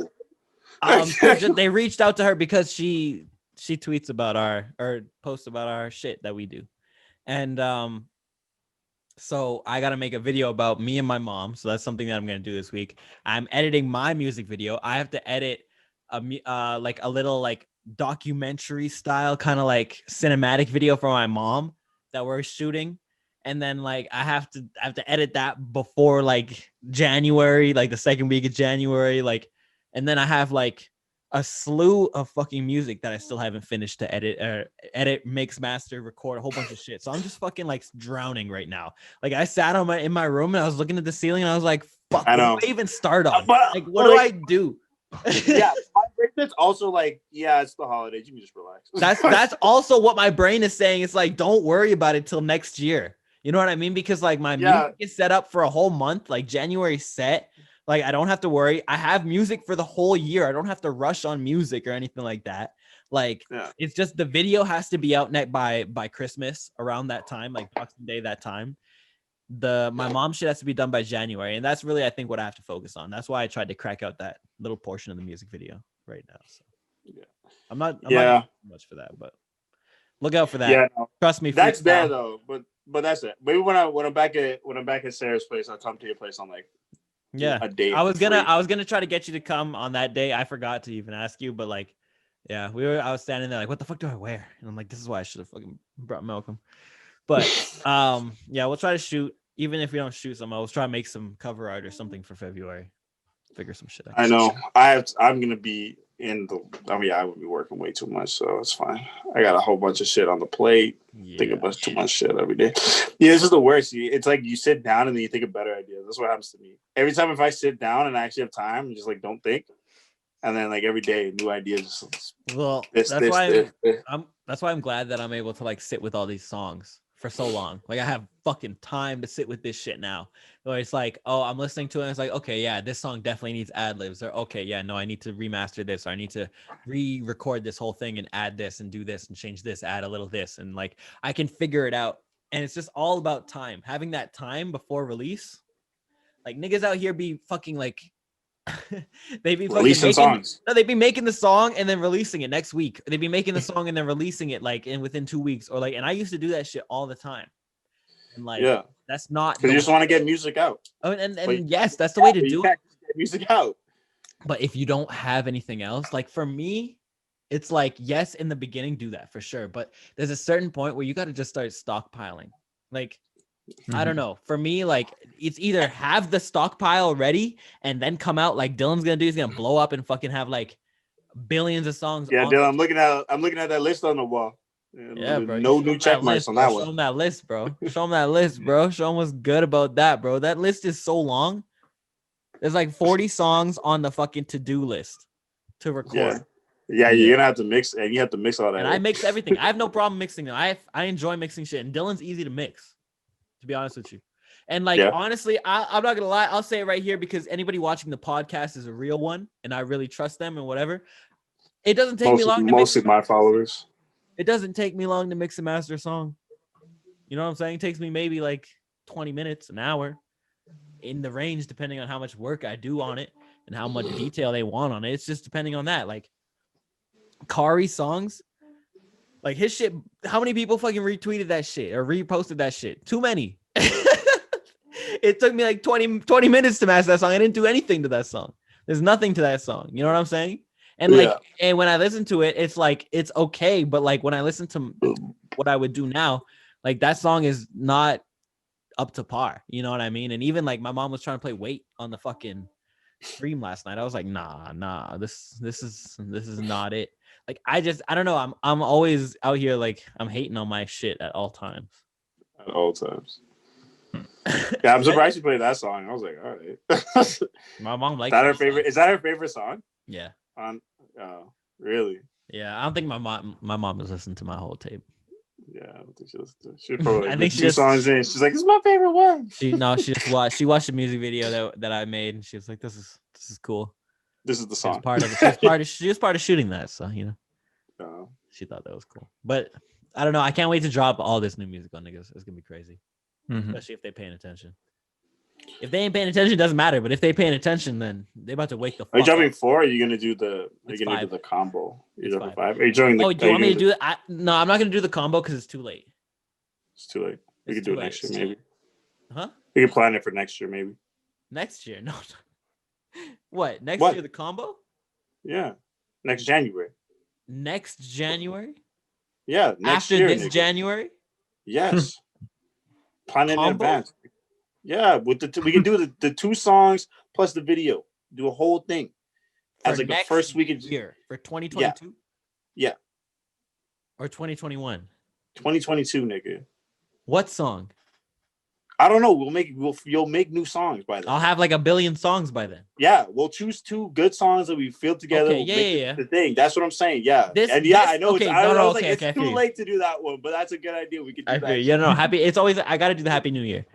You know what I'm saying? Yeah. I can release something on SoundCloud real quick, but like, it's just like, for me right now, I should have done that before. I should have, if I could have, I just had to remaster and resubmit the first song. So it's just like, there's a time period you have to meet and it's already telling me some bullshit. So I was like, fuck it. And I thought about that. I thought about that though a lot. After you said that, I thought about that a lot. And I'm like, maybe I should do that because that kind of sets an aggressive. Huh?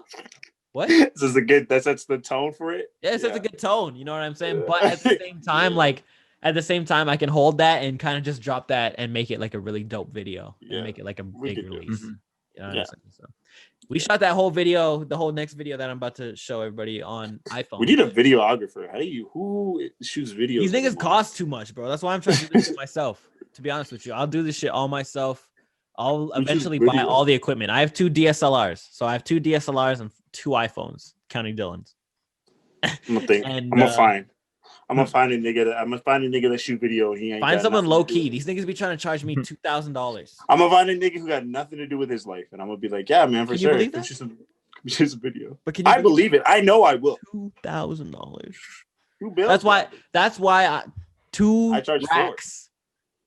But that's why videographer niggas can like charge you that, and that's how they make a living. That's why it's just freelance. That's what I'm saying. Because niggas be like, oh well, I need a video. Okay, sure, fine.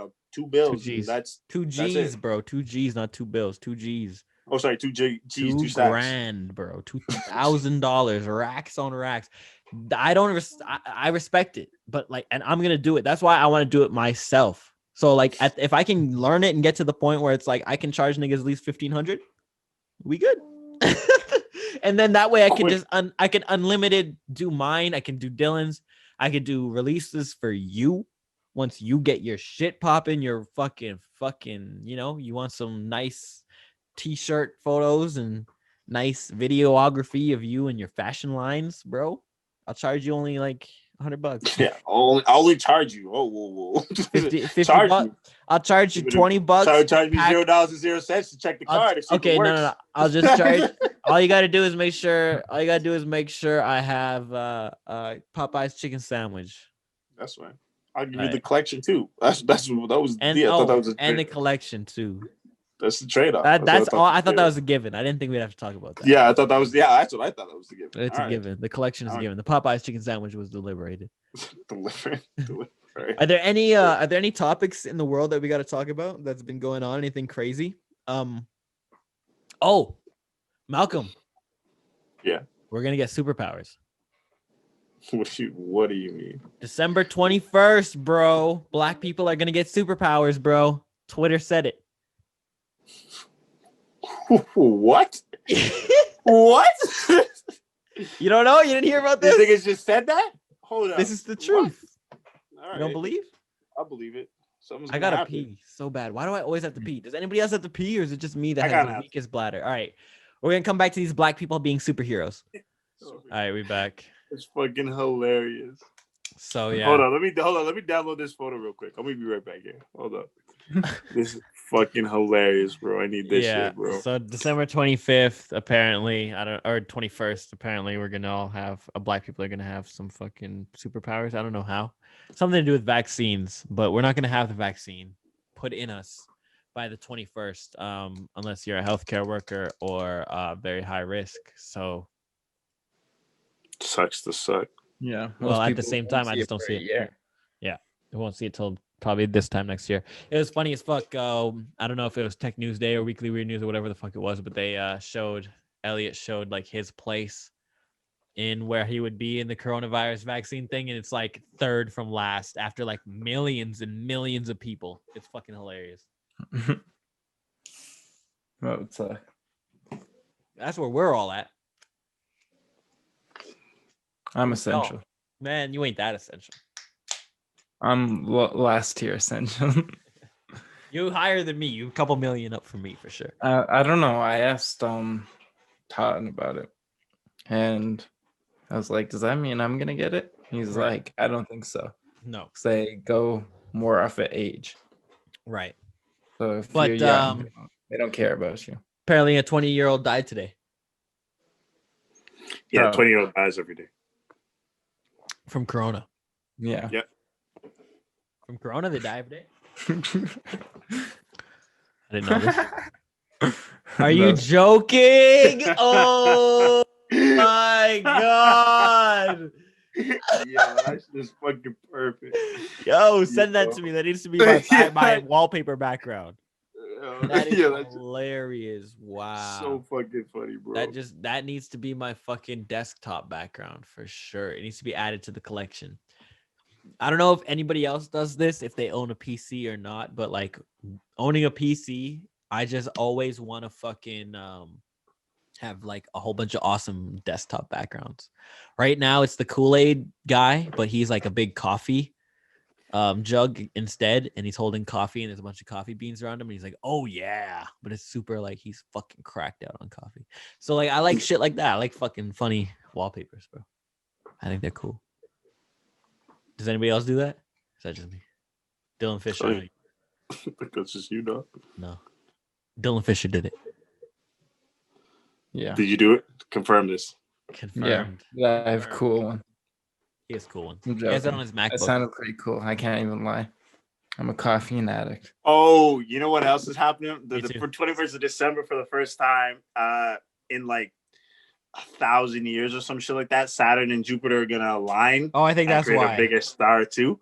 So it's those two things. So they're like on December 20th. So this one dude's like, "This is how I'm gonna step out once again my nigga abilities." December. Oh yeah. I saw that. Yeah, shit like that. It's perfect.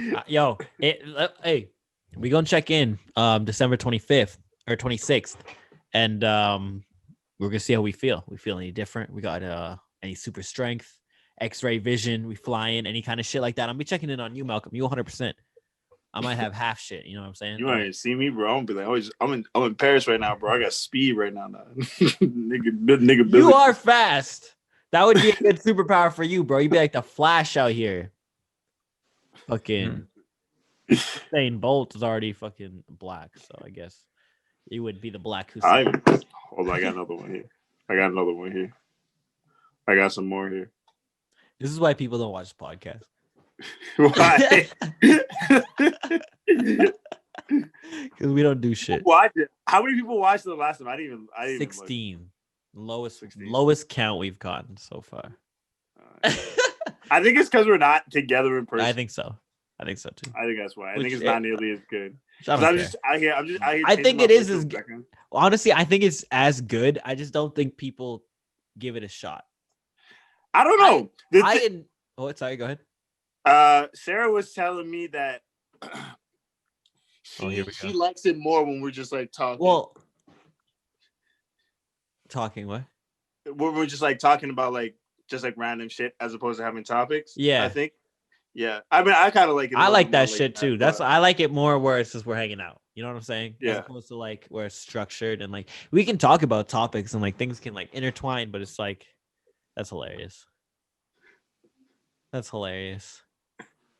That's exactly how it's gonna be, bro. Let December 21st roll around. This isn't 2012, bro. This is about to be some next shit, bro. This is about to be. Why is it December 21st though? Only because of that Saturn shit? Yeah. It's like the first time that's happened in like, I think like 1,000 years or something like that. Or it happens like once every 3 million years or some shit like that. When? What? The world will end? Yeah. Because black people are the most powerful, right? That's why you think okay, here. It's a Christmas star that's visible for the first time in 800 years. A Christmas star, bro. That's what they went to go find Jesus. That's what they went to go find Jesus. Right. Bro. And that's why it took them fucking 40. Oh, yeah, it is. The Star of Bethlehem, yeah. That's right, nigga. Hey. God damn it, Alexa. I ordered baby cheeses. Cheez-Its.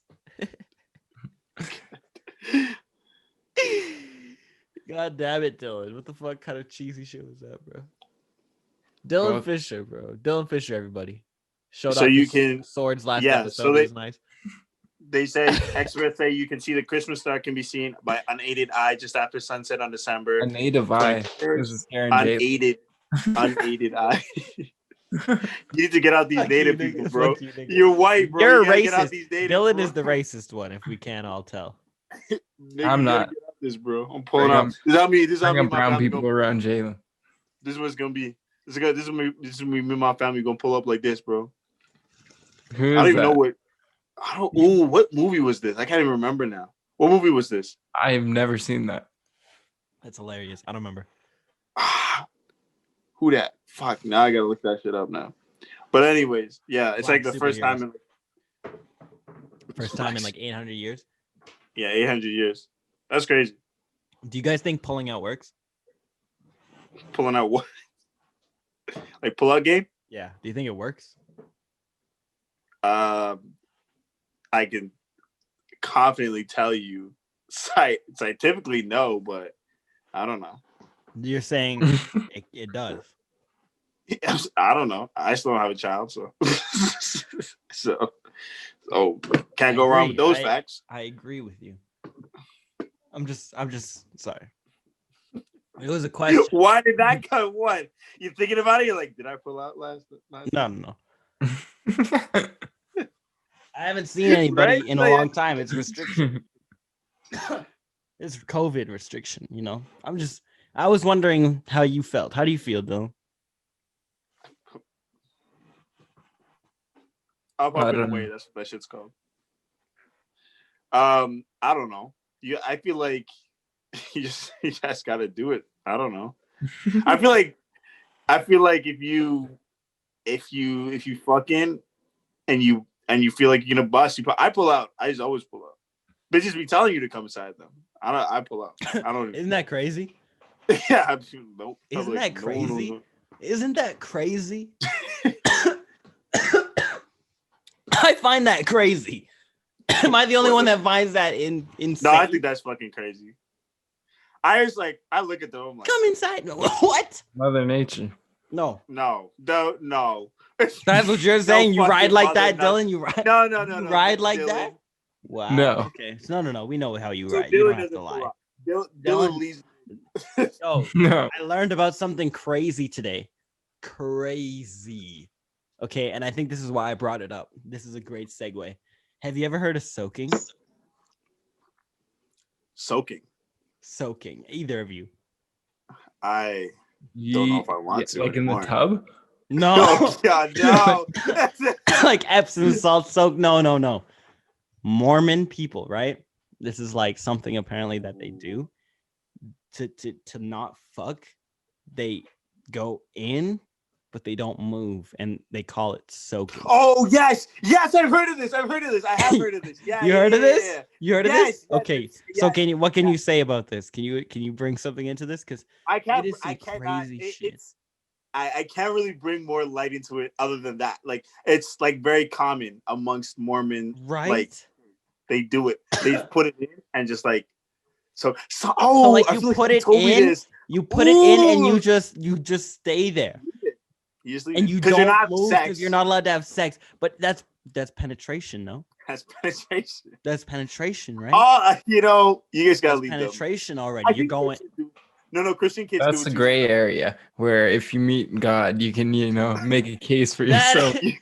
Penetrated. Okay, so how about this? The girls that love to soak. Okay, are they sluts?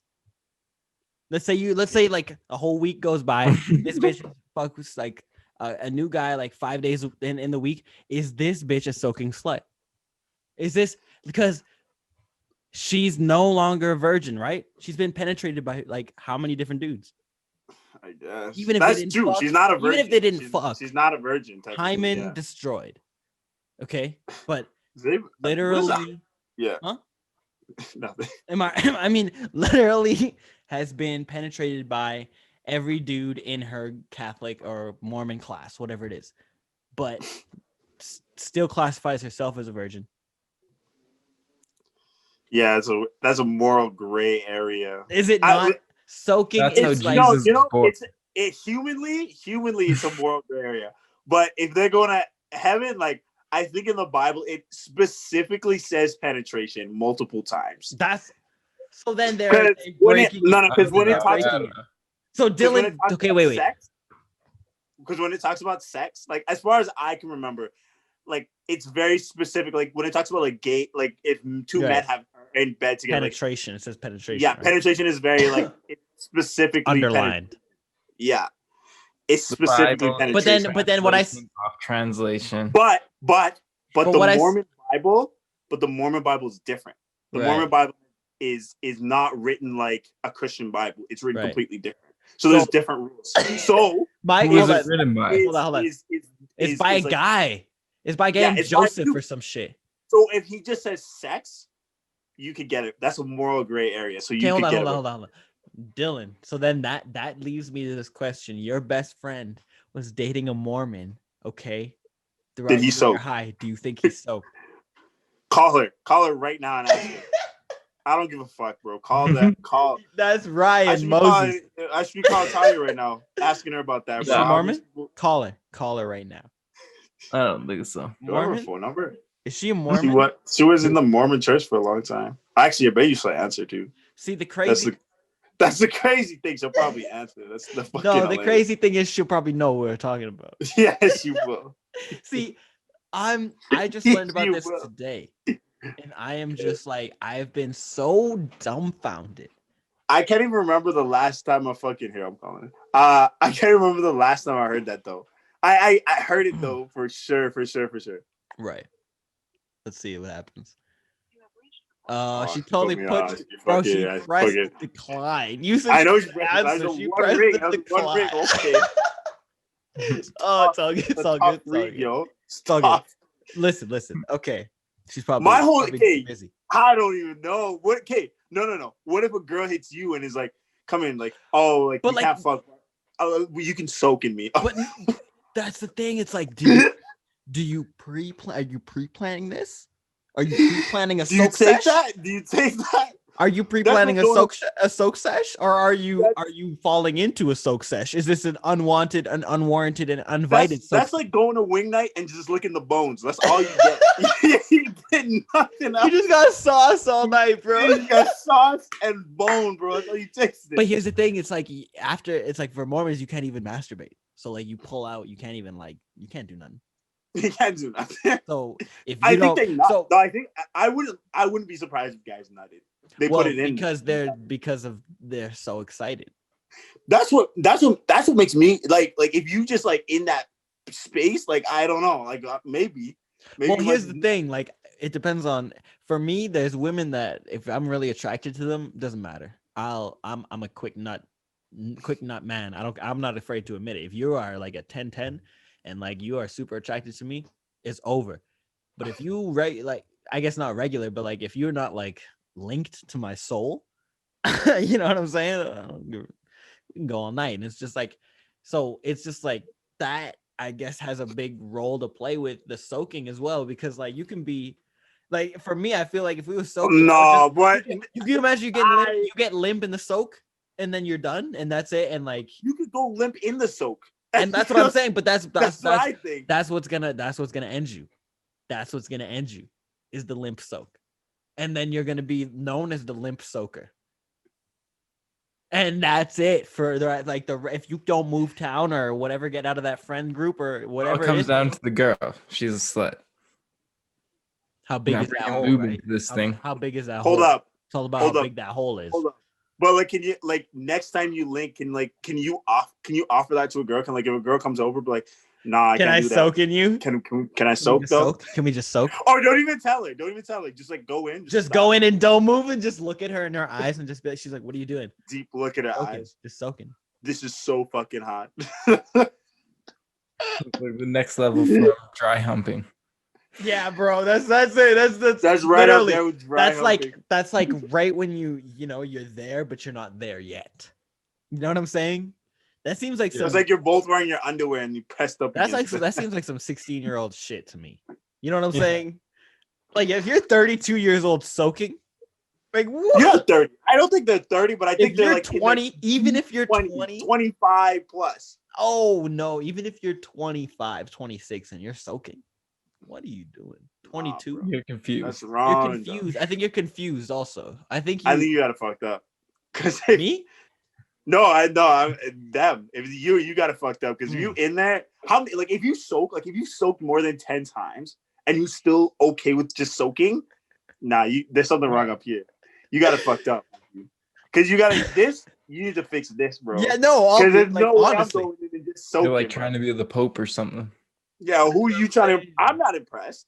Nobody's impressed. It's like Jonah was going celibate. It's like nobody's impressed that you're documenting your celibacy, bro. Like nobody's impressed. Wait, what? You don't remember this? He put it all on YouTube, bro. I heard this.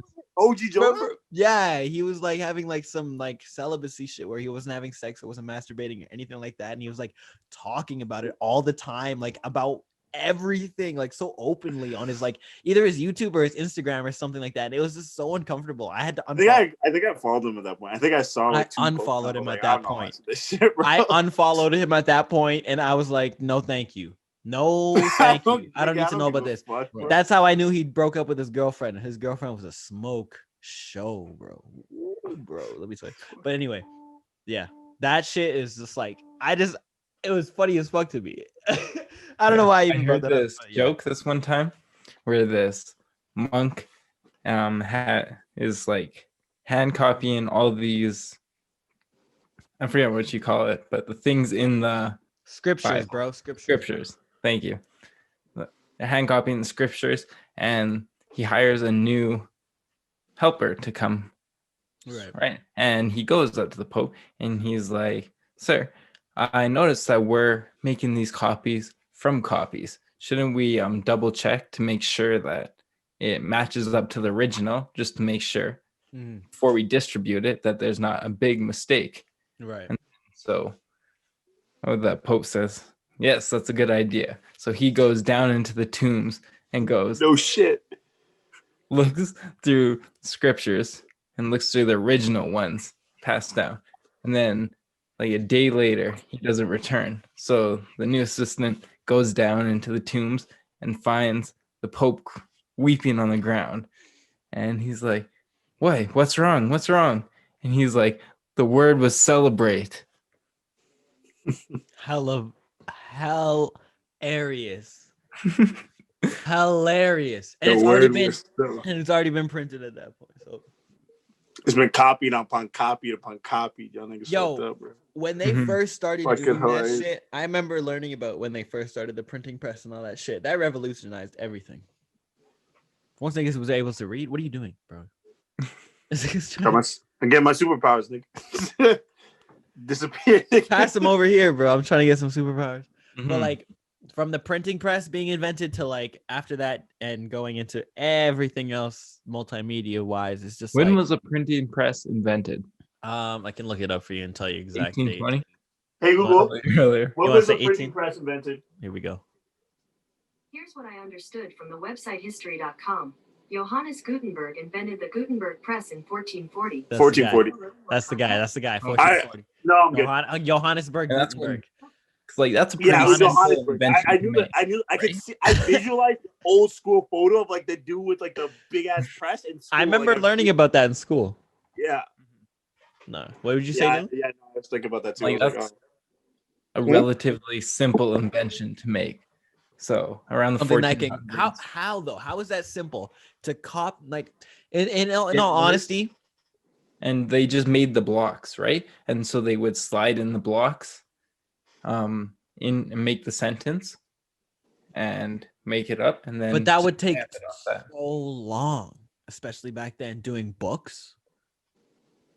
But it was better than hand copying each one. Yeah, no, that's true. 100%. Because it was mostly because you had a limited amount. So the printing press was like you could print 100 of that same page over and over and over and over and over again, and then make another page and then over and over, right? As opposed to somebody hand copying one book and it's taking them 6 months, right? And then you can make 600 books in a month or whatever, or 2-3 months, right? There was a lot of errors. That was the thing. There's a lot of errors because they had to. I think everything was like in Latin still, or like it was weird. Yeah. So they had to make up. They had like a whole mixture of weird. Yeah, so and a lot of like characters are like weird in there. Like that's why like there's like that AE in some of them. Yeah, exactly. So yeah, but like it saves you like a lot of time, right? And that's like what allowed people to be like literate. Yeah, no, that's literally what allowed like the serfs and shit to read, right? Yeah, to actually be literate because now they can read the Bible and actually not have to go to church and just listen to the priest. Well, they could read along with the because actually, remember, like it was only the Bible was the first thing that was ever pressed on that print. Yeah, that was like that's why the printing press was made is to press print the Bible. And so because it used to be you go to church and you just listen to the guy tell you what's in the Bible. Hold on, right? I'm sorry. I don't mean to cut it off, but like, what else has been made specifically off of a religion? I think that's one of the only things that's biggest landowning company in the world is the Catholic Church. Oh, what? I didn't know where you were gonna go with that. Yeah, Who? The Catholic Church. They own the most land in the world. But okay, just the Catholic Church in general, like the Catholic Church religion, they own the most land in the world. Mm-hmm. Like how the ones that own the Vatican and stuff like that. Right, like the Pope. Mm-hmm. Jesus. But like, other than owning land is something because you have to build your churches on land and all that shit. But like, I'm talking about like an invention that was made off of religion. Like, how many inventions were made off of religion? A lot of inventions were made specifically off of scientific invention or discovery. You know what I'm saying? Like after we started to understand how math worked and science worked and all these things work, we started making a lot more inventions. And then in current day, it goes off like any new thing is made off of math, science, and a mix of a whole bunch of shit, right? It's not necessarily religion, but that's something that was made because of religion, because we want to spread the word of the Bible. We want to, you know what I'm saying? We want to. Yeah. I don't think anything else. I think everything in the Bible though is like there were still scientists and stuff in the Bible, and they were just biblical scientists. Right, but that it's a different type of science. Like if you ever watch like on Bill Nye versus this guy, I think it's Ken something or whatever, but like he goes into this museum of like specifically like off of the Bible, and it's like a whole ark that was built by this dude, and it's like a museum inside, and they like Bill Nye is going through and just asking him all these questions. It's a beautiful video. I love it because he just comes at religion in just like a scientific way of just like, but this doesn't make any sense. You know what I'm saying? So it's just like, it's just a way to like think Noah's of it. Ark was technically built because of only religion. They built a giant boat. But we don't know if it's real. It's a story. You know what I'm My saying? thing, yeah. But so like, hold on. You're both grew up with this religion shit, right? You both went to church. Yes. I went to church too. I went to a different kind of church though. But so like, how much now does religion play a role in your life? Not as much. Not in like, you know. Same way, Dylan. Same way. Or like 2%. 2%. Yeah. I don't know. I don't really. Yeah. Not as much. But religion was like a big part of my life because I used to go to church and I did everything right. I used to do a lot of stuff at church, so it was like that was it. The only difference now is like I don't meet or see as much people weekly. Right. I used to see at least like 50 you were people. social as fuck, probably. Yeah. Yeah. Exactly. You were doing what? Music. I did. Oh well, no. The thing is, at church you talk to everybody. Plus, there's new people. No, right? but So you were also like you were doing music and shit with the church, right? I was in the band. I did like some of the media later, and like we used to do. We used to go on White Ave and like hand out hot chocolate or whatever. You used to be the niggas on the corner. No, preaching. Absolutely not those niggas. I don't even like those niggas. Weird ass niggas. There's a Muslim and there's a Muslim boy band sometimes on the weekends. I get the chance to see. Did I tell you this? What? I'm sorry. What? These four niggas always dressed in all white. I thought they were in sync. I thought they were singing and some shit. So like, but there's some Muslim group just like preaching on the street. I look over. Yeah, on the street, on White Ave. They in the corner. They're in front of the jewel store, and they're fucking. Oh no! This is four niggas standing there. They got the little fedoras kufi, or what? The kufi on. Kufi. Yeah. That's what they is. That's what they're called. I know exactly what they're called, bro. That's why I'm laughing. Standing there, and then their heads are down. I was like, oh shit, this is a fucking NSYNC Backstreet Boys remake. Like okay, I was like these niggas B2K, really going in on right here. B2K. Yeah, I know. Like, 112. I was like, shit. Baby, turn around. Like serious. I thought it was serious, but no, they had a table. I thought it was either Magic Trick or they was doing a. You should have went out there and been like, "Oh man, you guys are fucking sick. I love your new single." Yeah, they would have fucking been like, they're like, brother, just hit me with some bullshit. I would have been like, all right, I don't talk to religious people. Those black Israelites or whatever, kind of like that or what? Oh, they're like brown Muslim. Like Muslim. Like they're black Muslims, They're like I know they're black Muslims. There's black people. Yeah, there's a lot of Muslims are from Muslims are from Africa. Africa or where is it? Sudan. Where else? Somalia. Right? So I'm just saying, you never know. I was just thinking they were black because I don't know. They more could be. more related to you, more relation. Yeah, Dylan, that's what they want. I gotta look at Dylan right now. How are you feeling right? I haven't heard you at all this podcast. Where you been, bro? I'm doing good.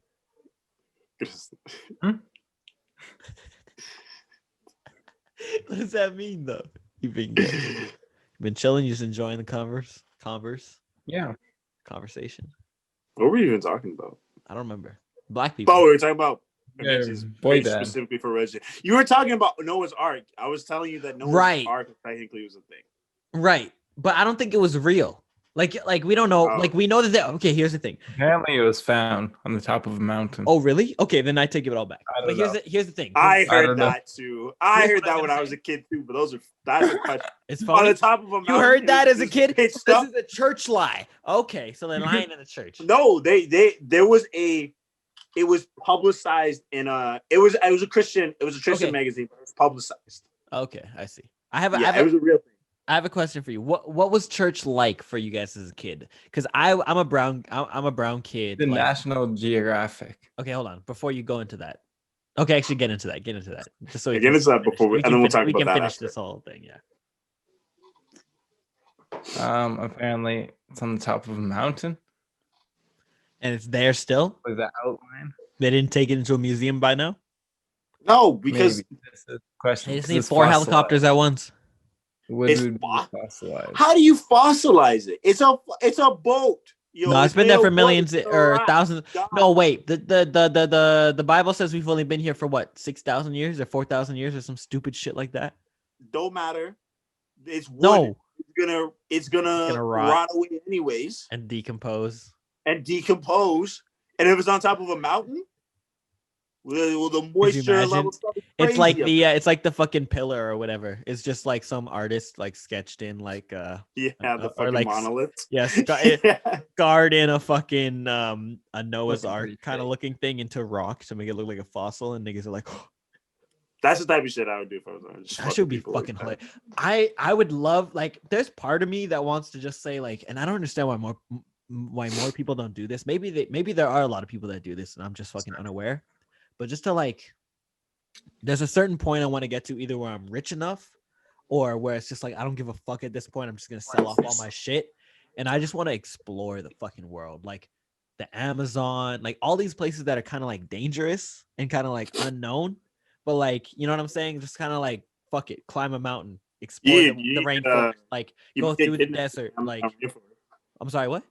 You might get kidnapped in the Amazon rainforest. Yeah. I might, like, I don't, but at a certain point, there's like a part of me that's like, fuck it. Like, you know what I'm saying? Like, to be able to do all that kind of shit, it's like, I don't know if you guys know who David Cho is. And if you don't, it's totally fine. But he's been on Joe Rogan, and I highly suggest checking out like their podcast episodes, because he's just like a really interesting person.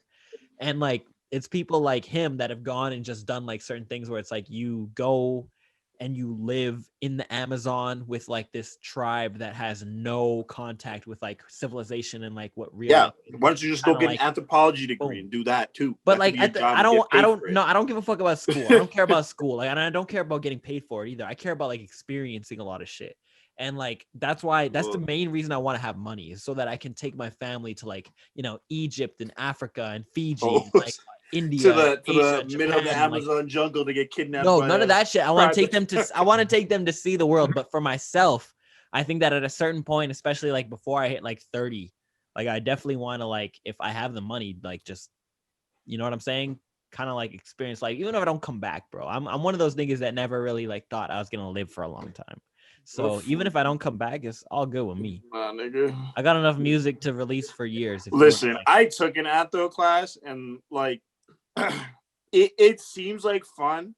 But you don't understand. Have you never played like Uncharted? Have you never like but those or have you never seen people? It's not that. No. It's not what you think it is. No, have you never seen, but I'm talking about just being able to explore ruins, being able to see like crazy waterfalls and crazy ass beautiful like rainforests and just like crazy pyramids and places in Africa and places in Australia and New Zealand and feet like all over the world. I just want to kind of like just explore the world and explore different cultures.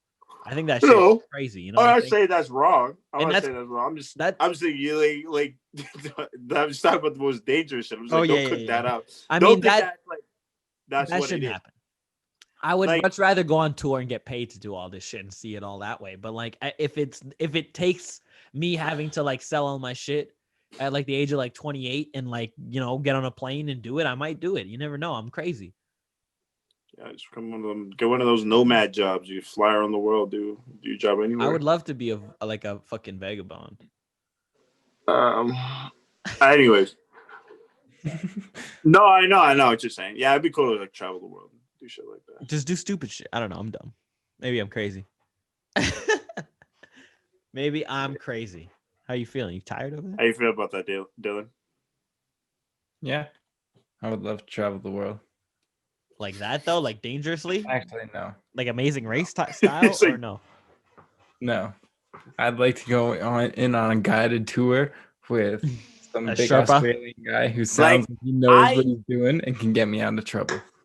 See, like I would be like, let's go to a place that I've never been to, and then like let me bring all my friends with me, and then let's go get fucking lit. Let's go have a good time. Like I'd be like, if it was like me, you, Dylan, Jeremy, maybe a few other people, we go to fucking Iceland, drinks. Have you ever been to Iceland? Yeah. No.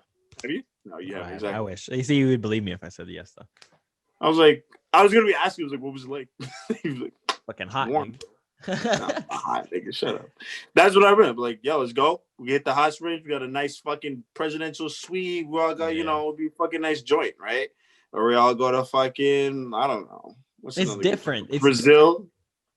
Different. We head to Brazil, go during Carnival. We go to a Carnival tour. No, but everywhere island. Ooh. But you're talking about vacation. Like I'm not talking about vacation. Yeah, you want to travel. You want to be talking about traveling for experiences. You're talking about like Irwin. You want to be Steve Irwin. I'm not. No, I don't want to deal with too many animals. Like I want to chop heads off snakes and get them the fuck out of my zone. I don't want to deal with spiders, but I'll encounter them. It's just like. You know what I'm saying? I just want to experience some shit. I feel like the life that we live is just so monotonous and or so like kind of controlled in like not even a way that's like, oh, the government's controlling us or whatever, but like we're just programmed. You know, you're on your smartphone, you're at home, you're stuck, like you're doing certain things, you have to work all the time, you communicate with your community and that's it. Like the people that go out and like I'm fortunate enough to have gone to enough countries throughout my life. Like I'm very fucking lucky.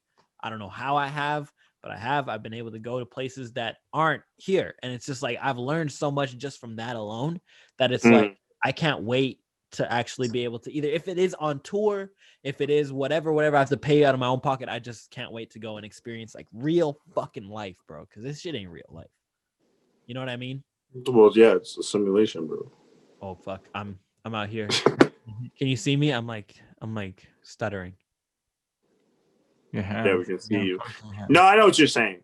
Like, yeah, it's good to get out, but I also like to vacation. So I don't know about y'all niggas. I'm trying to relax. I just like to work, and then when I'm not at work, I want to vacation. Mm-hmm. You'll experience these things as you're there. I mean, it's not like I'm not gonna learn something. I'm not just being like, oh, we're just gonna go there.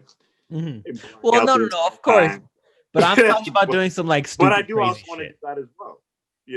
I would like for me, like it'd be like I'd be gone for like I take a whole year off. Yeah, no, for sure. I had like, all three of my shit going off. I'd like, yeah, I'm gonna take the whole year off. You guys can run it for a year, and I'll be back and just be like, go places. Well, that's why I want to get rich and have be my own boss. You know what I'm saying? Being your own boss is how you're able to do that shit. You can't work for somebody to do that shit. You know what I'm saying? You got to be your own boss. Have your own company, have your own shit, have your own money. Boom. Have a manager, take care of your shit, and then disappear for a fucking year. You know what I mean? And that's it's like it's not a manager. Like it depends on what you're doing. Have your best friend. Have someone you have to have someone you trust that's not gonna try to fucking steal your whole company. Well, no, actually, what I was doing this week too. By the time I'd probably just let them run that shit if they were running it properly. You know what I'm saying? Yeah. See, you'd leave it to me, and I'd just be like, I'm going on vacation too, nigga. See, then you put someone else in charge. But if you fuck it up, that's on you. But that's why you have systems, right? Like I was what was I saying? I've been listening and reading this book simultaneously. and it was talking about like essentially like the gist of it is like whenever you build a business, because it's about specifically small businesses, you have to build it in a way that like the reason why small businesses fail is because people work too much at their business. They're the only ones working and they refuse to hire and teach people, right? Like you essentially want to, you can work there for the, you can work there for the first year, but every time that you get a job, and it's like if you're wearing multiple hats, that's normal, but you have to build a system. So it's like if I'm an employee, right, if I open a store, I'm an employee. Okay, these are the systems that I have to communicate with customers, and these are my policies. I'm a manager. This is how I train my team. I got my team feeling this way, right? And this is how I manage the store. Project conservatively. If I'm the buyer, this is how I'm feeling. This is what I look into when I'm buying, et cetera, et cetera. And then I'll be creative direction. And then I could be like, all right, you and you're ahead of women's, you're ahead of men's, and then you're ahead of accessories, jewelry, and like scents. That's the three you need to combine your heads, create for this season, and I'm gonna be gone for the whole year. It's like that's what you want, right? You have to be able to allocate properly and exactly. delegate. Like, because if you can't be able to just like pick the right people for the position that you have in your whatever company and actually delegate roles and tell them what they need to do, that is it. Like for Dylan, he shot my music video. He's not a fucking cameraman. You know what I'm saying? He's shot my music video a multitude of times before. And it's like, all you got to do is tell niggas what to do and trust that they're going to do it and they execute. And the shit looks phenomenal. Looks great. So it's about being able to communicate and delegate properly as the head, whatever. Management by delegation and not abdication, right? You're not leaving your position and you're not essentially like, it's like if you start a business, but you hire somebody and they do all your job while you be an employee. That doesn't make sense, right? You still are the manager. They're just taking a job from you. Yeah, right? No, like now you're an employee. Like it's like if you hire somebody and they start doing your job while like, you know what I'm saying? Like let's say you hire an employee. Let's say you're a manager and you hire somebody and they start fucking like kind of taking over your job, but you don't really do anything and you let them just run shit. At a certain point, you become an employee and they become a manager in the roles, not titles. It's just like it's off. That's why people leave, right? Because it's like you're getting paid thousands of X amount of dollars, and they're getting paid a lot less than that. It's like, why am I running this guy's company? I'm just here. I was hired to do this job. I wasn't hired to do 24 or 50 jobs. It's funny because that's what I look at a lot. Like when I would work a regular job, it's like I was hired to do this. You know what I'm saying? I was hired to do this, or I was hired to do that. Like at a certain point, you have to be like, that's not my job. There are a lot of things that people do like to try to get up in companies or whatever it is that going above and beyond, and it's great. Like if you're trying to stay there, you're trying to move up, you're trying to do whatever. But like there's a certain point in a company where you're not the boss of that you have to realize that is not your job. You don't have to. I think it's a line where it's like, if I was in a management position, I don't let people be like, oh, let me make this decision. No, like, it's like, that's not what your decision is. I'm like, you can make a suggestion, but at the end of the day, it's still my decision. Right. You know what I mean? I'm like, that's a good insight, but I was like, we can't do it because X, Y, and Z, or we can do this because X, Y, and Z. Certain things you don't understand about the business number one. Essentially. Right. Like I have met this job and I'm a key holder, and she's like, you know, you're really like, you know, you're fast paced, you're really good at your job. You know what I mean? But it's like, I haven't done anything like I haven't stepped on lines. I haven't been like, let's do this, you know, or like, oh, let me do that for you. Like, it's like, no, like I'm literally doing all my responsibilities just like to the fullest. It's just like, to the fullest. But you're not going above and beyond. Yeah, but you're not going like you're going above and beyond in what you need to do, but you're not going into the next man's field and the next man's responsibilities and taking care of their shit. Yeah. Because that's when, but that's also when like either people start relying on you or people start resenting you. You know what I'm saying? Yeah. So you gotta know how to play your role. Yeah, and it's better to have people resent you. Who are in the same level as you, right? Yeah. Because that means you're doing better than them.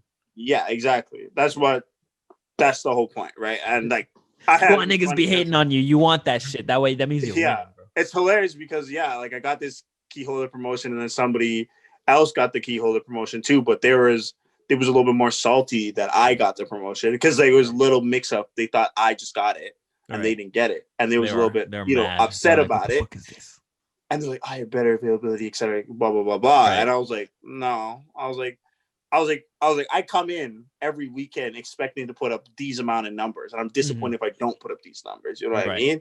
And it's like, I go in and I do roll every day. There's a checklist. I'm doing almost 90% of that checklist every single day. These are the responsibilities laid out. They will be done by the end of the day. And like now I'm fucking, I don't give a fuck. I'm like, whatever. Yeah, it's like, right. But like, set a position up. It's like Dylan out here. Yeah, literally, right? You move up. You move up so you don't have to do certain things, right? Yeah. But it's just like now, like today, I forgot my key today, but they let me close the store for the and they haven't let that other person close the store. They've been gone for weeks. Right. Sure, they're injured. But that's an excuse to me. They come with that cast and crutches, bro. Yeah, literally, pull up. But like, you know what I mean? Like, you don't get that kind of stuff level. No, people in my position, you don't get this position most of the time if you're just doing whatever. If you're fucking anybody, right? Yeah. She came up to me and was like, "You should apply for this." Okay, this person's leaving early. Can you close the store? Are you confident enough? Yeah, sure, whatever. It's fucking. I've done it before. Done it twice. That's all I need, right? Yeah. So it's just kind of like, there is a line where it's like, yeah, okay, I did a little bit more than I'm supposed to, but it's just like this is just another mark for me. Of course, there's always a line, right? Like, yeah, and like it'd be different if it was like your shit. And sometimes it'll leak into certain things by it being in your category, but like someone else was supposed to take care of a part of it, but you kind of just do the whole thing. And then that, like, I understand, you know what I'm saying? And that's that's doing the right thing. Like, that's how you win. Well, like that shit, I be doing that shit. You be doing that shit. Is how it shows proficiency as a worker. Yeah, and it also shows responsibility, right? Like that's the thing. Like when you ever I go into a new job, it's just like I can see when people who's specifically super worn down or has been in a position for a long time. I hear it all, right? If you go into a job and somebody has been there for 6, 7, 8, 9 years in the same position, that's somebody that like that's a hurdle you're gonna have. Bare minimum. They do bare minimum. Yeah, they're doing the bare minimum, and they're getting like pity prizes essentially. Like they only promoted you or gave you this position and paid you a little bit more because you've been here for so long, right? And they won't give you anything else. So it's like I know what that brick wall looks like. When I was at Urban, that was the same thing. It was that silver lining of it, and I was like, I knew why I wasn't gonna get above it, but like now I'm here and I see it from somebody else, and I'm like, I know why you won't get above it because I see it in you every day, right? But like if that person just started throwing their responsibilities, I'm not gonna take it, right? I'm not gonna take it unless I sit down and with the store manager, I'm like, well, either give me that same position that they have, or like I'm just like, nah, I'm not doing that shit. You know what I mean? Like start paying me what you're paying them if you're gonna I'm gonna do that shit. That goes into knowing your worth, right? Yeah. You got to know how much you're worth. Like how much is your time really worth?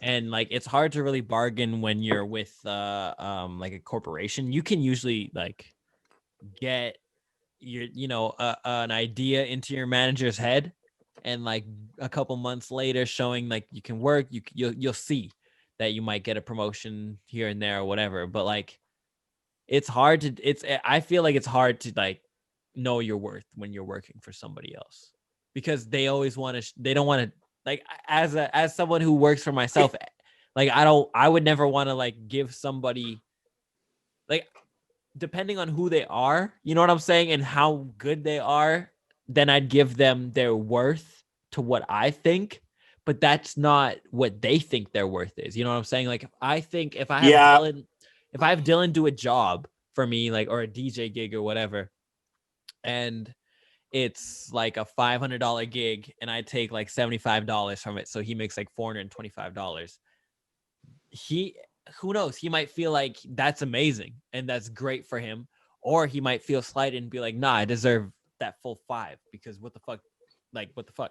Whatever. You know, like some people feel like that. Or it's just, it's about knowing how much you feel your worth is. And like those numbers are high, to be honest with you. A lot of people out here, it was just funny. I saw a post today from this one DJ friend of mine, and it was like, don't worry, like all you Edmonton DJs, don't worry, that $50 check and the $100 bar tab will be there once the corona ends. And it's just like, yep, all these Edmonton niggas that's what they play for. Sometimes not even the $50, just the $100 bar tab or the $150 bar tab. I don't even want the bar tab. I want the $100. I want all that bar tab money in cash. That's what I always say. Shit. I have to pee so bad. You guys can continue on it. It's gonna come back. And then we'll wrap this up. I was gonna make a point, but my bladder is small. I don't remember what I was gonna say now. You're just talking too much. Oh fuck. And fuck, I really had something I was gonna say too. Something about knowing your worth. Oh yeah. Working for people. Like when you work for people, I think though it's also like an ego thing. Like, do you ever feel like, have you ever worked with people who are like terrible at their jobs, but they think they're so fucking good at their jobs? Mm-hmm. Yeah. Like those people, like those are the people that always think that they're worth so much, but like they're like, oh, I should be in this position, in that position. Yeah. I can definitely do it. Come to you and try to complain too. Yeah. Like, oh, I've been doing all this and all this. Like, yeah, it's your job, right? yeah, that's the bare minimum of your job. And it's just like, I'm like I'm not really that much of a boastful person. Like, and I always am like kind of weary of it too, because I like when I go into work, it's just like I just want to do work. You know what I mean? Like it's just like this is work. Like I just come to work, right? So like when people come in like, oh, I just sold like $300 today or some shit like that. I'm just like, oh, that's cool. Like that's like I was like $300. I'm like, damn, that's hurting for real. Like that, like to me, that's not even trying. And if you're impressed by that, I'm like, you're not pushing yourself enough. You know what I mean? Like there's like you have to check yourself, right? Like you have to kind of look at the mirror like every day when you go to work, like you have to like look at what you do and then like just evaluate. It's just like, okay, did I go to work and did I actually interact with people? How much did I help them? How much better could I have been? You know what I mean? As opposed to just being like, oh yeah, I made that big sale today. I made $500 on sale. I like even like for me, like when I make like, I don't know, like the other week, I think I did $1,000, like $2,000. I was mad above everybody else. I was like made I think it was like $700 above like everybody. Right. I was like at the top. I mean, like over 2,000. When everybody was kind of looking at it and like, oh wow, Malcolm, you did so good. I was like, no, I'm like, there was a $600 sale. I was like, that's why my numbers look so high. You know what I mean? And I didn't really do much. Like I just came in, picked up 7 things, and I was just the guy who rang him through for it. You know what I mean? I just grabbed all the sizes for it. I'm like, that to me isn't impressive. But it's like, if I can make multitudes of like $200, $300 sales and really work to get those sales and then be like, yeah, I made 3-4 racks today. Like that's more impressive to me than having a person come in, be like, I wanted to buy this online. I see it now. I'm going to try it on. Tries it on. Okay, I'm going to buy it. And then buy like a $700 pair of shoes. Like to me, like that's just like, oh, great. That's like an easy low hanging fruit. You know, it's like it's more worth it to me to earn that dollar rather than be like, oh yeah, this person just came in and bought it. So, do you find that you have to usually earn your dollars? Like, is it usually harder? I don't know. Find that you're making is it a lot of those walk-in sales, or is it more so like I have to kind of grind to get these people to buy shit? It depends on. It really depends, I think, on the time of year. Right now, it's a lot of people just being like, should I get this? Should I get this? It's now like somebody be like, oh, I'm getting a gift for so-and-so. I don't know what to get them. Now it's like, it's trying to sell. Those are the best times. Those are the best times, I think. Well, for clothes, it's so easy, right? Because it's just like, this is really popular. Size. But for shoes, it's like way different because it's like people are coming in. Bro. And it's just like, okay, what are you looking for? Shoes are so hard to buy for someone. Yeah. This is one of the hardest. If you know their size, great. But like, if you don't know their taste. Yeah, exactly. Like that's what certain people you could buy shoes for. Like Ryan, you buy Supras. You know what I'm saying? Dylan, you buy anything that you think looks good. Dylan will like it. I promise. Yeah. I promise. Yeah. And you, I don't know what the fuck kind of shoe I'd buy you. It'd have to be some trendy ass like $350 fucking shoe, and then you'd be impressed. It'd have to be something. It have to be something different. Just something like probably not even trendy. It'd have to be something crazy. You buy me a pair of Vans. You buy me a Tim's. You buy me any generic bullshit. I'm happy, bro. Converse. I've never owned Converse. You know what I'm saying? It's just they're like shoes are so hard. Like the only thing I've bought my mom a few pairs of shoes, but it's just like I ask her like, hey, what kind of shoes? Like, what's the brand? I bring my mom with me. I don't give a fuck. My mom came into Urban and I was like, I'm gonna buy you a pair of shoes, but I'm like, you have to come in shoes though, because I don't know what you want. I was literally trying to explain to her what we had, and she was like, I don't know. And I was like, okay, you're coming in then. I don't care. Yeah, no. So she came in and we tried on. I literally ran to the back, got all the shoes she wanted, and was just trying on shoes and got her a pair of shoes and bought her a pair of shoes. That's hilarious. But yeah, gifts, it's like, okay, like, I don't know. Like today I helped a girl. So a girl was just like, okay, one of my friends, her favorite color is blue. So I'm going to get these blue Converse. I was like, okay, easy. Right. Like, I don't know what my other friend likes. So she looked around the store. She's like, I don't know what the fuck to get her. And I'm like, she's like, okay. And I was like, what does she usually wear? She's like, I don't know. She wears a lot of neutral. So I was like, well, you could go with, the Vans here. Yeah. I was like, you go with the Vans here. I was like, the Converse. Right. I don't know. She wears like higher top Converse or whatever. And then I was like, oh, we also have these MoMA like Vans, like the Museum of Modern Art. We have these Vans, and like we have the Monet one, and we have these ones. Didn't have our other ones that we had, and like didn't have those slip-on ones she wanted, but we had the lace-up ones she wanted. Mm-hmm. She bought that. That's like, for me, that means more to me than the blue pair of fucking Chucks that she just picked up and was like, this is the one I'm gonna get that. You know what I mean? Right. Because it's deeper than what fucking is your favorite color. Yeah. You know, and it's saying? It makes me like think about it. Be like, okay, let me think about like how, or like dealing with like problematic customers. We've been dealing with like this. We had this problematic customer who like was fucking bitching at us on the phone. She comes in on Saturday. I didn't even realize who it was until she told me her name, and I'm like, oh fuck. So I like gave her the fucking best customer service of her goddamn life, and she came back in, looked for me specifically. You know what I mean? Like shit like that, like really putting myself above everything else and like being like, this is like how like customer servicing you to the fucking T, where it's just like that, like to me means more. And like, that's like where I know what my worth is at that point. And I was probably dealing earlier. This is what we were talking about earlier, was like people who like evaluate themselves, who are like, overvalue themselves. So we're like, I laced up this customer's shoe today. Right. So I should fucking be the manager of this bitch. You know what I mean? Like shit like that, Stupid shit. Yeah. Like, doing like the bare minimum. To me, I feel like I don't know if this is good or this is bad, but like the clientele and the quality of whatever it is I'm working on or working with, like the clothing, like let's say if I'm working with like very expensive things, like you're working with very expensive clothes at all times and very like sought after, pieces. Yeah. So it's just like these people are coming in here to spend money. So it's like you need to kind of give them a good customer service, like going to Tiffany's or going to fucking Louis Vuitton or Gucci or like, these niggas are wearing suits and they're like treating you, giving you water and like fucking all this crazy shit. It's like, you kind of, when you're spending that kind of money, you kind of want to make sure that niggas ain't out here just kind of shrugging you off like this is Urban Outfitters. You know what I'm saying? Like, you want to make sure that, people are attentive. They care about what you're saying to them, what you're looking for, what you're getting. Mm-hmm. Like, to me, especially, like, I love giving great customer service.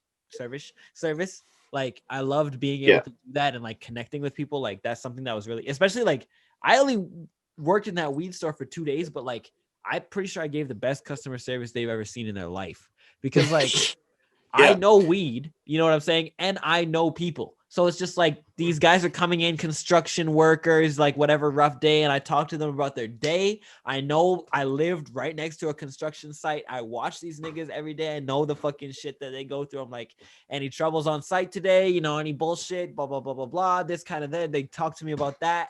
They let me know like that. I'm like, all right, you know what? You need this. And like, I'll let them know, like, even if they're coming in for like a hybrid, I'm like, nah, bro, you had a shit day. You need an indica. You need to just mellow out. And it's like, it's that connectivity of like being on a person to person level instead of just being a customer and whatever it is, like business. I hate that shit. Yeah. That's why I loved being self-employed and being a DJ. Cause it's just like, yo, I do what I want to do. And it's vibes. I just give vibes. Mm-hmm. That's it. That's my whole thing is just vibes. Like if you don't fuck with it, okay, that's fine. But like, I'm not out here slinging nothing but vibes. So Yeah, I know what you're saying. Yeah, Jaylin January. I'm here with Mal Smitty. You fish. And we out here just living that quarantine lifestyle. So thank you for tuning in. We talked about a bunch of fucked up shit today, and we're gonna keep doing that every week. So come through and enjoy the vibes. Peace. Goodbye. Hey, you could trust me. Okay. Yeah, if I said it, we gonna do that shit. Hey.